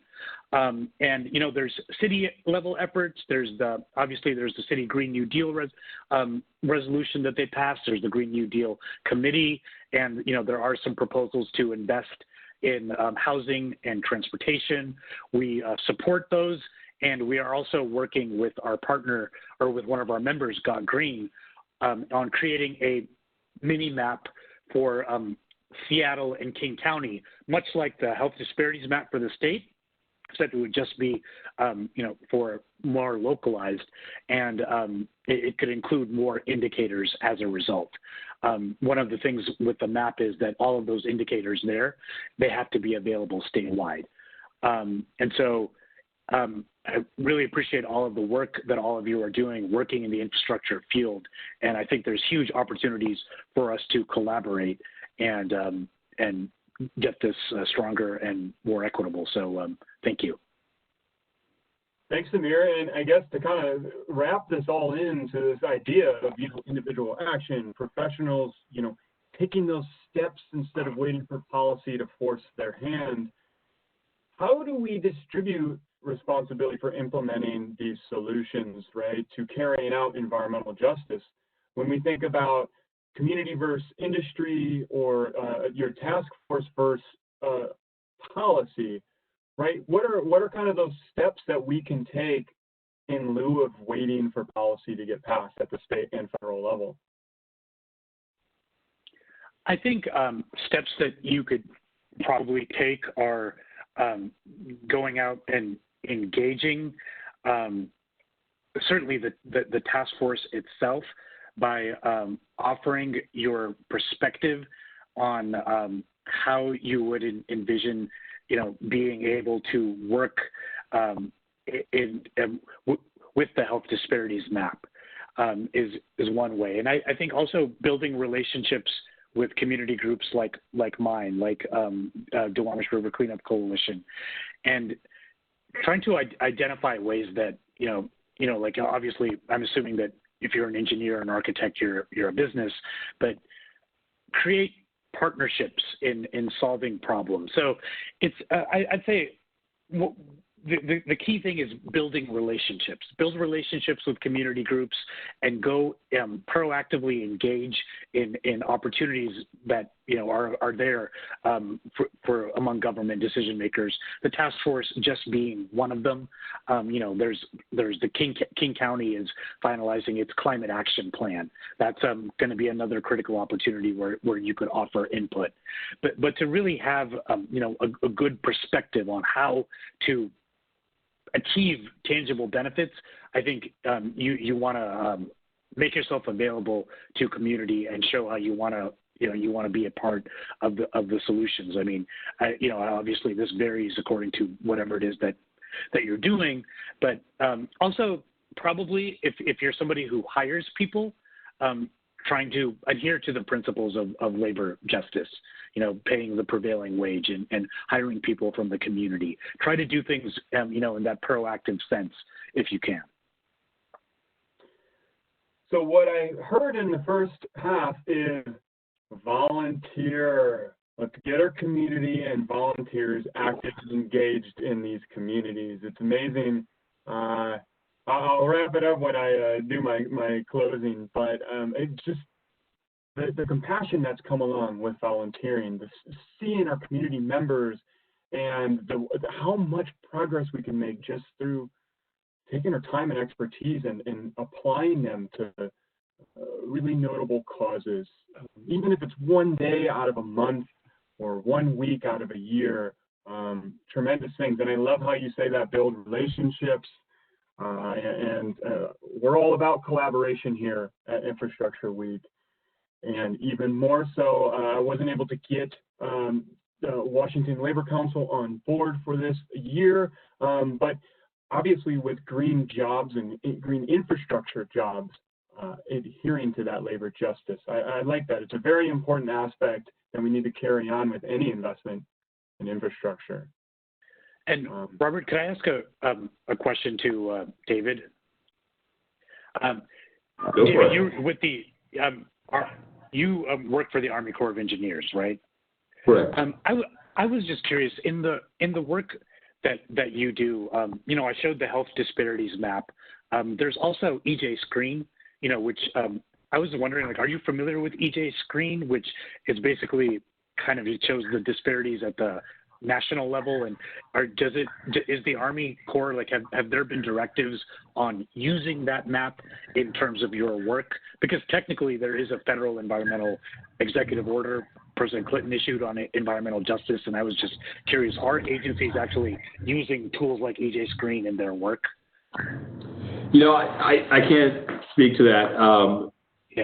I'm kind of a local boots on the ground kind of guy here, but and the Corps is much bigger than just the ship too. So I don't know. That's a good question. I mean, I'll try and take that up my line of command to try and find an answer to that. But yeah, I don't know. Thank you. Yeah, I'll send you the link. Sure. And I love these kind of things too, because I've been working in infrastructure for let's round it out 15 years, sure. I learn something new every day, something that I wouldn't have even thought of or thought to look at for a resource. And that's part of getting these groups together and seeing I could use this tool to develop a project, or to find a contractor that pays that PW or lives by that labor justice. So that's part of this. I love it. I've added that to the chat as well. Oh, you did too. Cool. Yeah. Yeah. Awesome. Well, thank you so much, Samir. And again, front and centered, check them out. The link's up there. And without further ado, I want to introduce Janae Hoover with Olympians for People-Oriented Places. Definitely has brought a really important conversation. When I met her months ago at Eco Building Guild, their mission is to promote land use that stimulates vibrant economies and creates sustainable, walkable communities. One of the most important things. A quick statistic from Seattle Parks and Rec is that it was 93% of Seattle is within 10 minutes of a park. And so what can we do to bring in that 7% Yeah. to be within 10 minutes? So what would be one of the ways you stayed sane over COVID shelter? I have to admit, I've also been watching The Office with my family. I think we're on season 7 now. So we've been working our way through it. And then book-wise, I read The Night Watchman by Louise Erdrich, and I would highly recommend that book as well. So, oh, are you guys hearing me? You're frozen. Well, take it away. Okay. I can hear you. Okay, good. I'm going to share my screen. Give me a second here. And there we go. See if I can full screen that successfully. All right, I can no longer see you guys, so speak up if anybody has any questions. I feel like a little bit like an interloper from Olympia today in what is a Seattle-centric conversation, but it was nice to hear Samir talk about things going on at the state. I also would say that Olympia oftentimes looks very much like a microcosm of things that I see also happening in Seattle and Portland, probably very similar up and down the West Coast, although I'm not paying that much attention to Oregon, beyond Portland. So as Robert said, my name is Janae Huber, and I'm going to be talking about the work that I do in my free time, which is primarily around issues of land use. My day job is actually probably more closely aligned with infrastructure. I'm the caretaker of the state of Washington's collection of public art. And the artwork that the state owns is located in Washington's K-12 public schools on college and university campuses. So if any of you attended any of your local colleges, community colleges or universities, you probably would see some state-owned art. And then at state agency facilities across Washington. So that work is primarily in the area of art preservation and conservation. So, but I think that professional work in the public sector for me really gave me some familiarity and comfort with being an advocate at the city level. So I'm going to give you a little bit of background on, actually, somehow I landed on not the slide I meant to. There's my first slide. As Robert said too, OPOP's mission is to promote land use that stimulates vibrant economies and creates sustainable, walkable communities. And our vision really is something a little bit, more, I think even more clear, to be honest, a little bit less obtuse. And it's really to create a compact and diverse Olympia that's designed around people-oriented places. And if I wanted to help kind of get you to what is a people-oriented place, what does that look like? The quickest way for you to get a picture of what that means is to think about places that were designed first and foremost, that were not designed first and foremost for cars. Think about places where when you are in that place, you want to walk, bike, or meet with friends and hang out. And maybe even a place where you don't actually like driving that much, to be totally honest. That might be a people-oriented place. Here is the slide. To support that work, the mission and vision work that we developed when we started gathering in, 2015, I think, we developed some key activities. And actually, even before I go into those, I'm just going to quickly talk about, Jolene talked about the comprehensive plan for the Port of Seattle. Well, I started getting involved with some of this work in Olympia during conversations about the comprehensive plan that the city was undertaking. I happened at that time to be on my neighborhood association board, not a homeowners association, it's a neighborhood association. And I was invited, the comprehensive plan was looking at some transit-oriented development and building preferences for transit-oriented development into our comprehensive plan as we try to reduce emissions and help people to get out of their cars and also create a more equitable transportation system in our community so you don't have to have a car to be able to get where you need to go.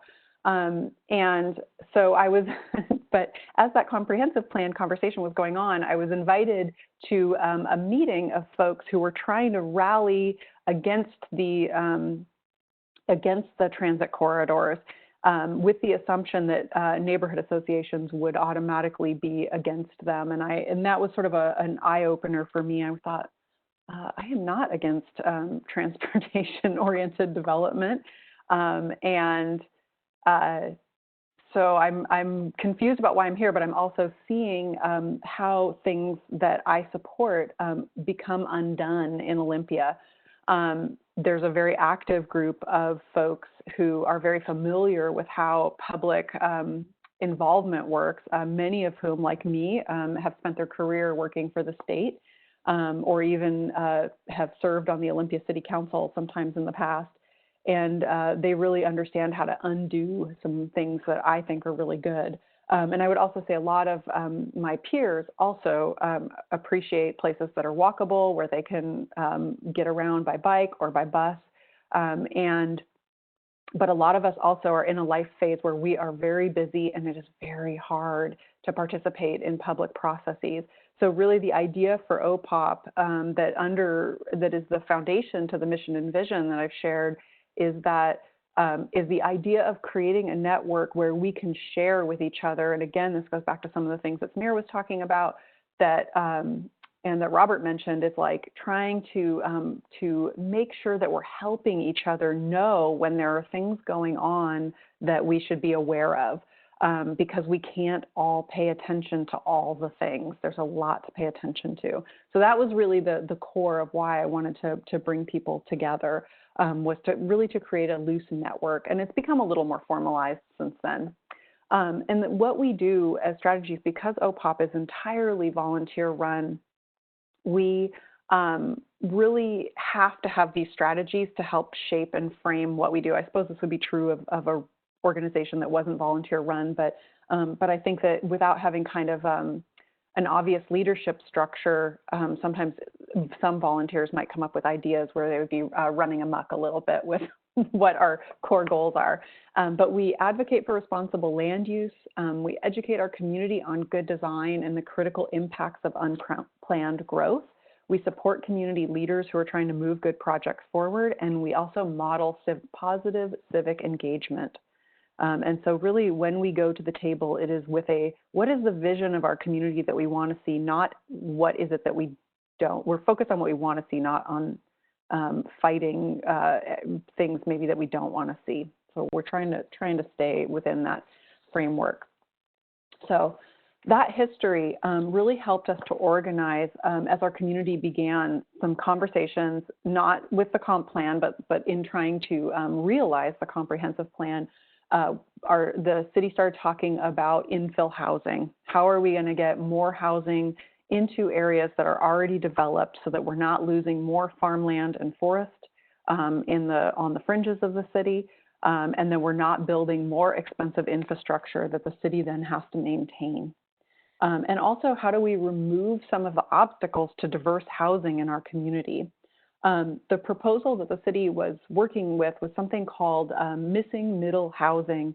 And missing middle refers to, and maybe you guys have heard this phrase before, but it refers to housing types that are not single family homes and they're not large apartment buildings. So they're all the kinds of things in between, and they could be backyard cottages or even a basement apartment that you might build because you want to have your grandmother also living in your home. You guys, Rosario talked about the intergenerational families that live in some of the homes in Georgetown. And this is a backyard cottage, of course, is a classic way to, be able to accommodate that.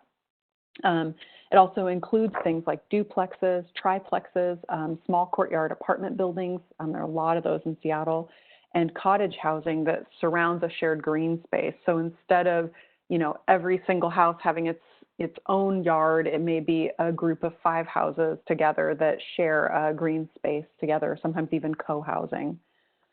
So these housing types were mostly allowable across the United States in the early 20th century, basically until about the mid to late 20th century. And they basically helped create neighborhoods that had a variety of housing options that meet a variety of needs. In Olympia, they were outlawed in the late 1980s, essentially. So Olympia now has a lot of neighborhoods where you cannot build a duplex if you wanted to, or split a single-family home into a duplex. So I was excited about this modest but thoughtful proposal, and it would mean that a lot of Olympia neighborhoods would start to meet what the organization Strong Towns defines as a strength test for a healthy neighborhood. One of their strength tests for a neighborhood is, could 3 generations of a family reasonably find a place to live all within walking distance of each other? Again, going back to what Rosario was talking about. So in other words, is there a variety of housing types and prices that might meet the needs of 3 generations? So to start our advocacy for missing middle housing, we convened a group that I call Unlikely Friends. That group included folks from social services, from social justice and arts advocates, bike and pedestrian advocates, master builders, and the realtors, among others. And so a kind of a diverse group, and not a group that I necessarily work with often, but a group that certainly we should work together when we agree. And we were actually inspired by some of the work that Seattle for Everyone was doing in bringing people together. So we did kind of classic advocacy stuff. We sent letters to the editor. We wrote to the Planning Commission and the City Council. We spoke at public comment. We showed up at meetings. We were persistent. We organized, of course, through Facebook and email. We needed City Council to know that they were supported in making a decision that a very politically active group of opponents was fighting. So the public process dragged on for about 9 months, even in the midst of a declared housing emergency in Olympia, and still it took 9 months. Leading opponents of the missing middle housing are really the core of Olympia's anti-growth environmental old guard.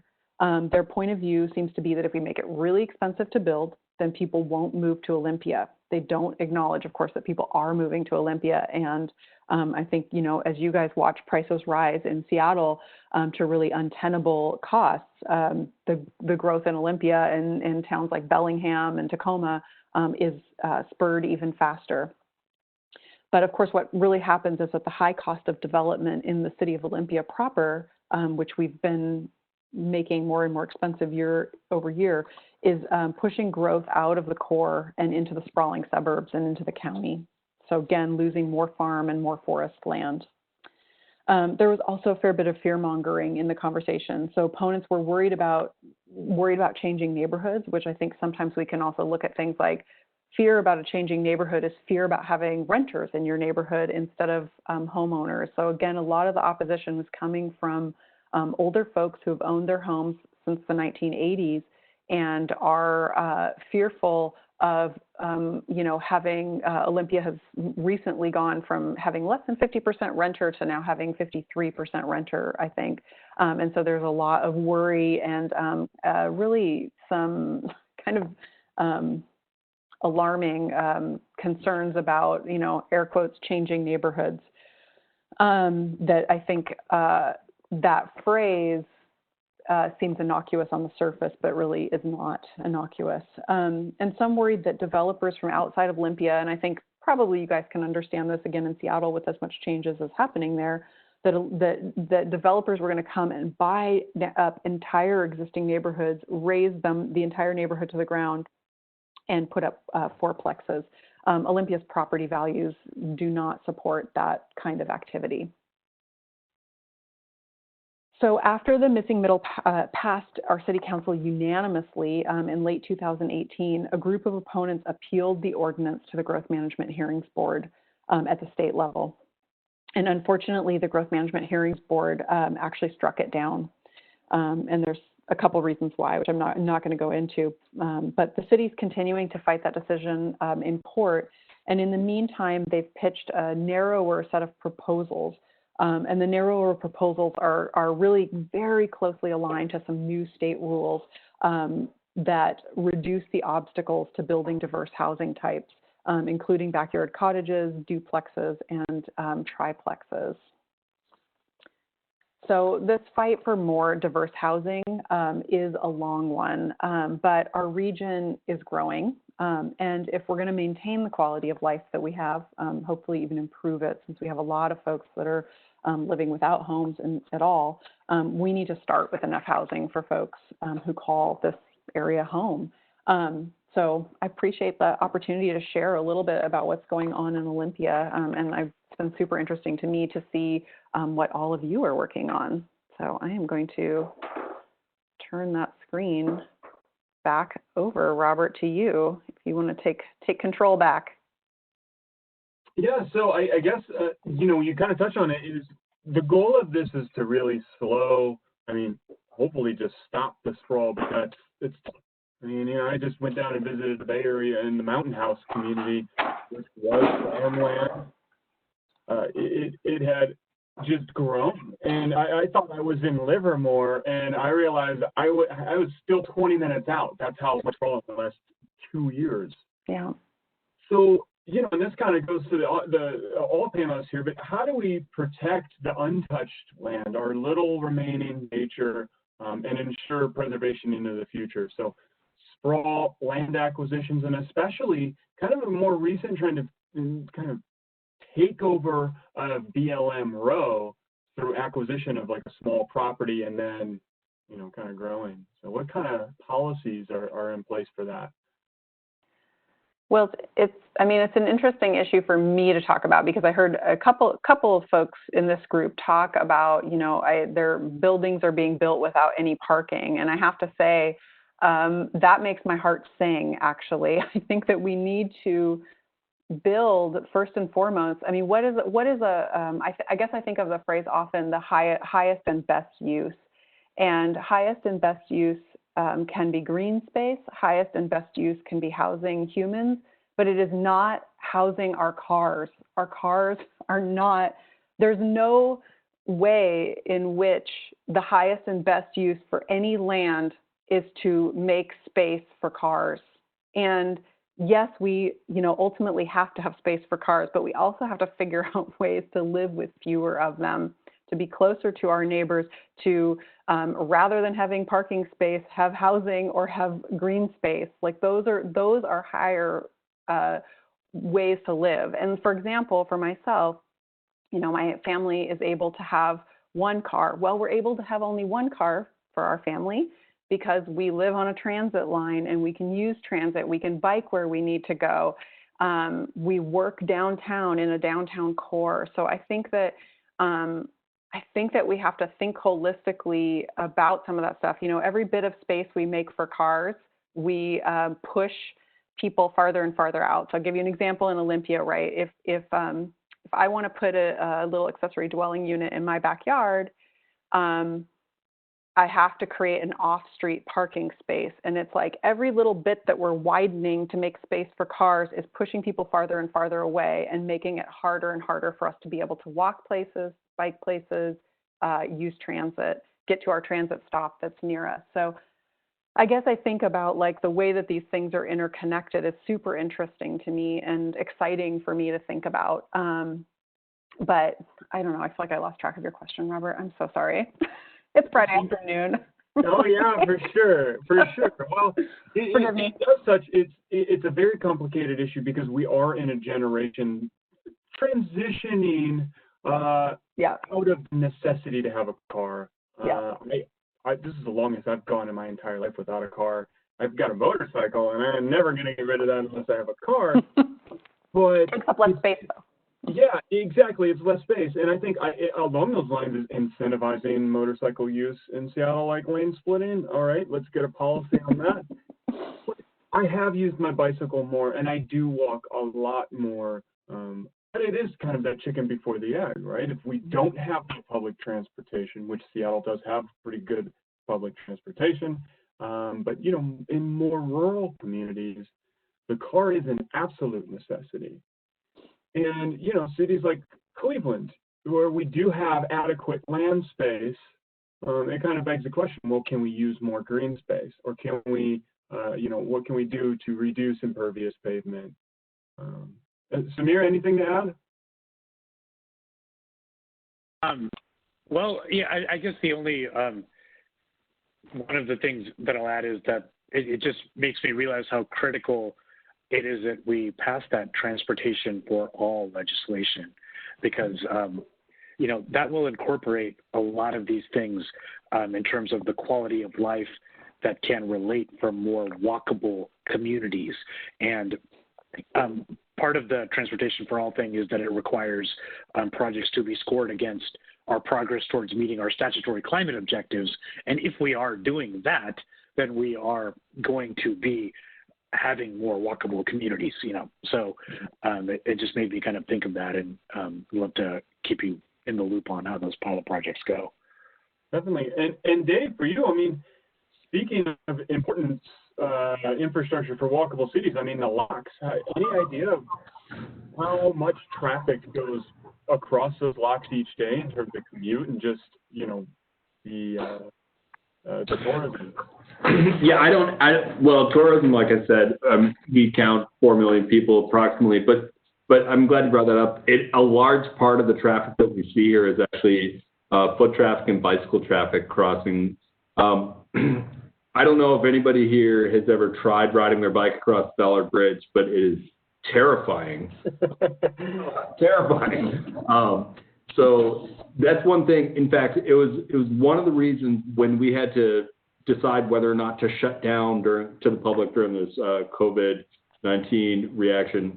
It was my biggest hesitation to do it was for those bike and pedestrian commuters. But anyways, I would put those numbers certainly in the hundreds per day, if not possibly 1,000. So. Yeah, and the Ballard Bridge is terrifying. Yeah. It's every time, because you're looking, you see to the left and you see the cascade, you look to the right, you see the Olympics, and it's just like, oh. Yeah. So yeah. I'm thankful, and I've talked to a couple people that have said, since they've been closed, they've realized how important it is.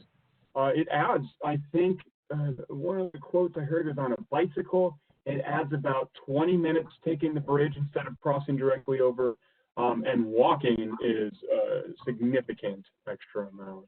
Yeah. As we talk about like routes like that, though, I will say, so I live in the Bryant area, and I live just off the Burke-Gilman Trail. So for a while, I was riding my bike, and I could go most of the way until about the area, and then the trail kind of stopped. And that last jaunt to get here was dangerous. I mean, and I popped multiple tires and just truck traffic and all that. But right now, they're completing that last link of the Burke-Gilman Trail. I'm not sure if you guys are. It's happening right now. Like, honestly, even this week, we saw an improvement in removal of a lot of the traffic cones, and it's real time happening right now. So I'm really excited. Yeah, and that was one of the things I've explored in this whole experiment. What I like to say is, seeing if there's possibility to bring it on social so we really connect it. It's very complex, is what I've learned. Well, I want to wrap it up. We're just at the 2-hour mark. I appreciate everybody staying on the call. We've learned a lot, and like I said, first and foremost, I want to thank everybody for being on this call, whether it was Monday, Tuesday, but especially our first participants in Infrastructure Week in 2019. So I put everybody up here that's been involved, and everybody's spoke to this. It's about the collaboration. It's about building partnerships. Janae, I think you said it. It's almost impossible for everybody to know everything that's going on. But if we know those that need to know, and we have known, and we can let them know, done. So, again, we want to highlight that importance of community awareness and civic engagement, and a reminder that it does go both ways. There are progressive and retroactive movements that have their stakeholders that are doing their things to get their own issues passed, right? So, in conclusion, we've learned quite a bit over the course of 5 days, emphasizing the multifaceted benefits that can be realized through improving our city infrastructure and the power of cross-sector collaboration. We've also highlighted just how advantageous it can be to utilize this idea of green infrastructure, leveraging the mechanisms of nature to treat stormwater, runoff, and even turn waste into energy. But we must walk away from Infrastructure Week with something tangible, right? That's what everybody asks. What are they going to walk away with? Well, for me, it's been connecting with the many organizations driving our cities. The process of organizing has been amazing, and seeing how much progress has been made here in Seattle. I'm highlighting collaboration that already exists here in many fronts, but we also have to realize that a lot of work to be done. Like I said, get that 7% within 10 minutes of a park. Get more of our community members engaged in South Seattle and support their local economies and help them empower to make their positive changes. Support those initiatives like Front and Center is doing and volunteer. The presenters, I hope you and all of the others have found some new connections along the way and rekindled your passions through sharing your work with our community. It's very important. And for the audience, a newfound appreciation for all the work being done behind the scenes and a realization of our individual role in the sustainability of infrastructure. And for all of us, I hope everyone learned something new and sparked some newfound curiosity. And with those curiosities, a desire to get more involved in their daily lives by making some small changes that make a big difference and reduce impact. Back this quick concept of reflective versus automatic decision making. Automatic being what is marketed to you, reflective is the thinking and all that learning you've done. And with today's conversation, let's emphasize some compassion. Let's think about the privileges that we may have and those who are fighting to reach an equal foundation. The one stat was communities in south of Seattle and Beery and Georgetown experience a lifespan expectancy 13 years shorter than some of the wealthier communities in the area. That is insane. So in your own community, you can do this by volunteering, supporting a nonprofit, or just making an appearance at a local development meeting or town hall. Sure, sometimes they're boring, but sometimes you might see a neighbor make a really big scene and it's kind of fun, and you're like, yes, I feel you. Let's practice some proper civil discourse if we can, though. But, you know, these things have more impact on our community than finishing season 21 of 90 Day Fiancé. And we really need community to drive this policy. So, as I've been saying, without having awareness and engagement, we are all just passengers on the development train, and therefore we cannot complain. Let's take the lessons from Infrastructure Week and become conductors to drive sustainable change and shape a much more equitable future through our infrastructure. So again, thank you, presenters. And thanks to the music workforce. Without you guys, we would have really come into chaos if we couldn't have turned on our faucet and gotten water or flushed the poop down the toilet.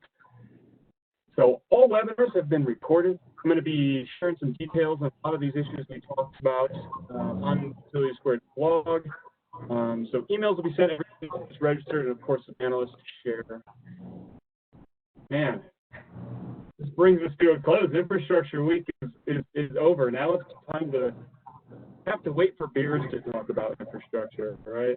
So I look forward to connecting with everybody again in person. Shelter in place is going to be over. We are going to be okay. Let's begin a better normal. I bid you, and thank you. Thank you, Robert.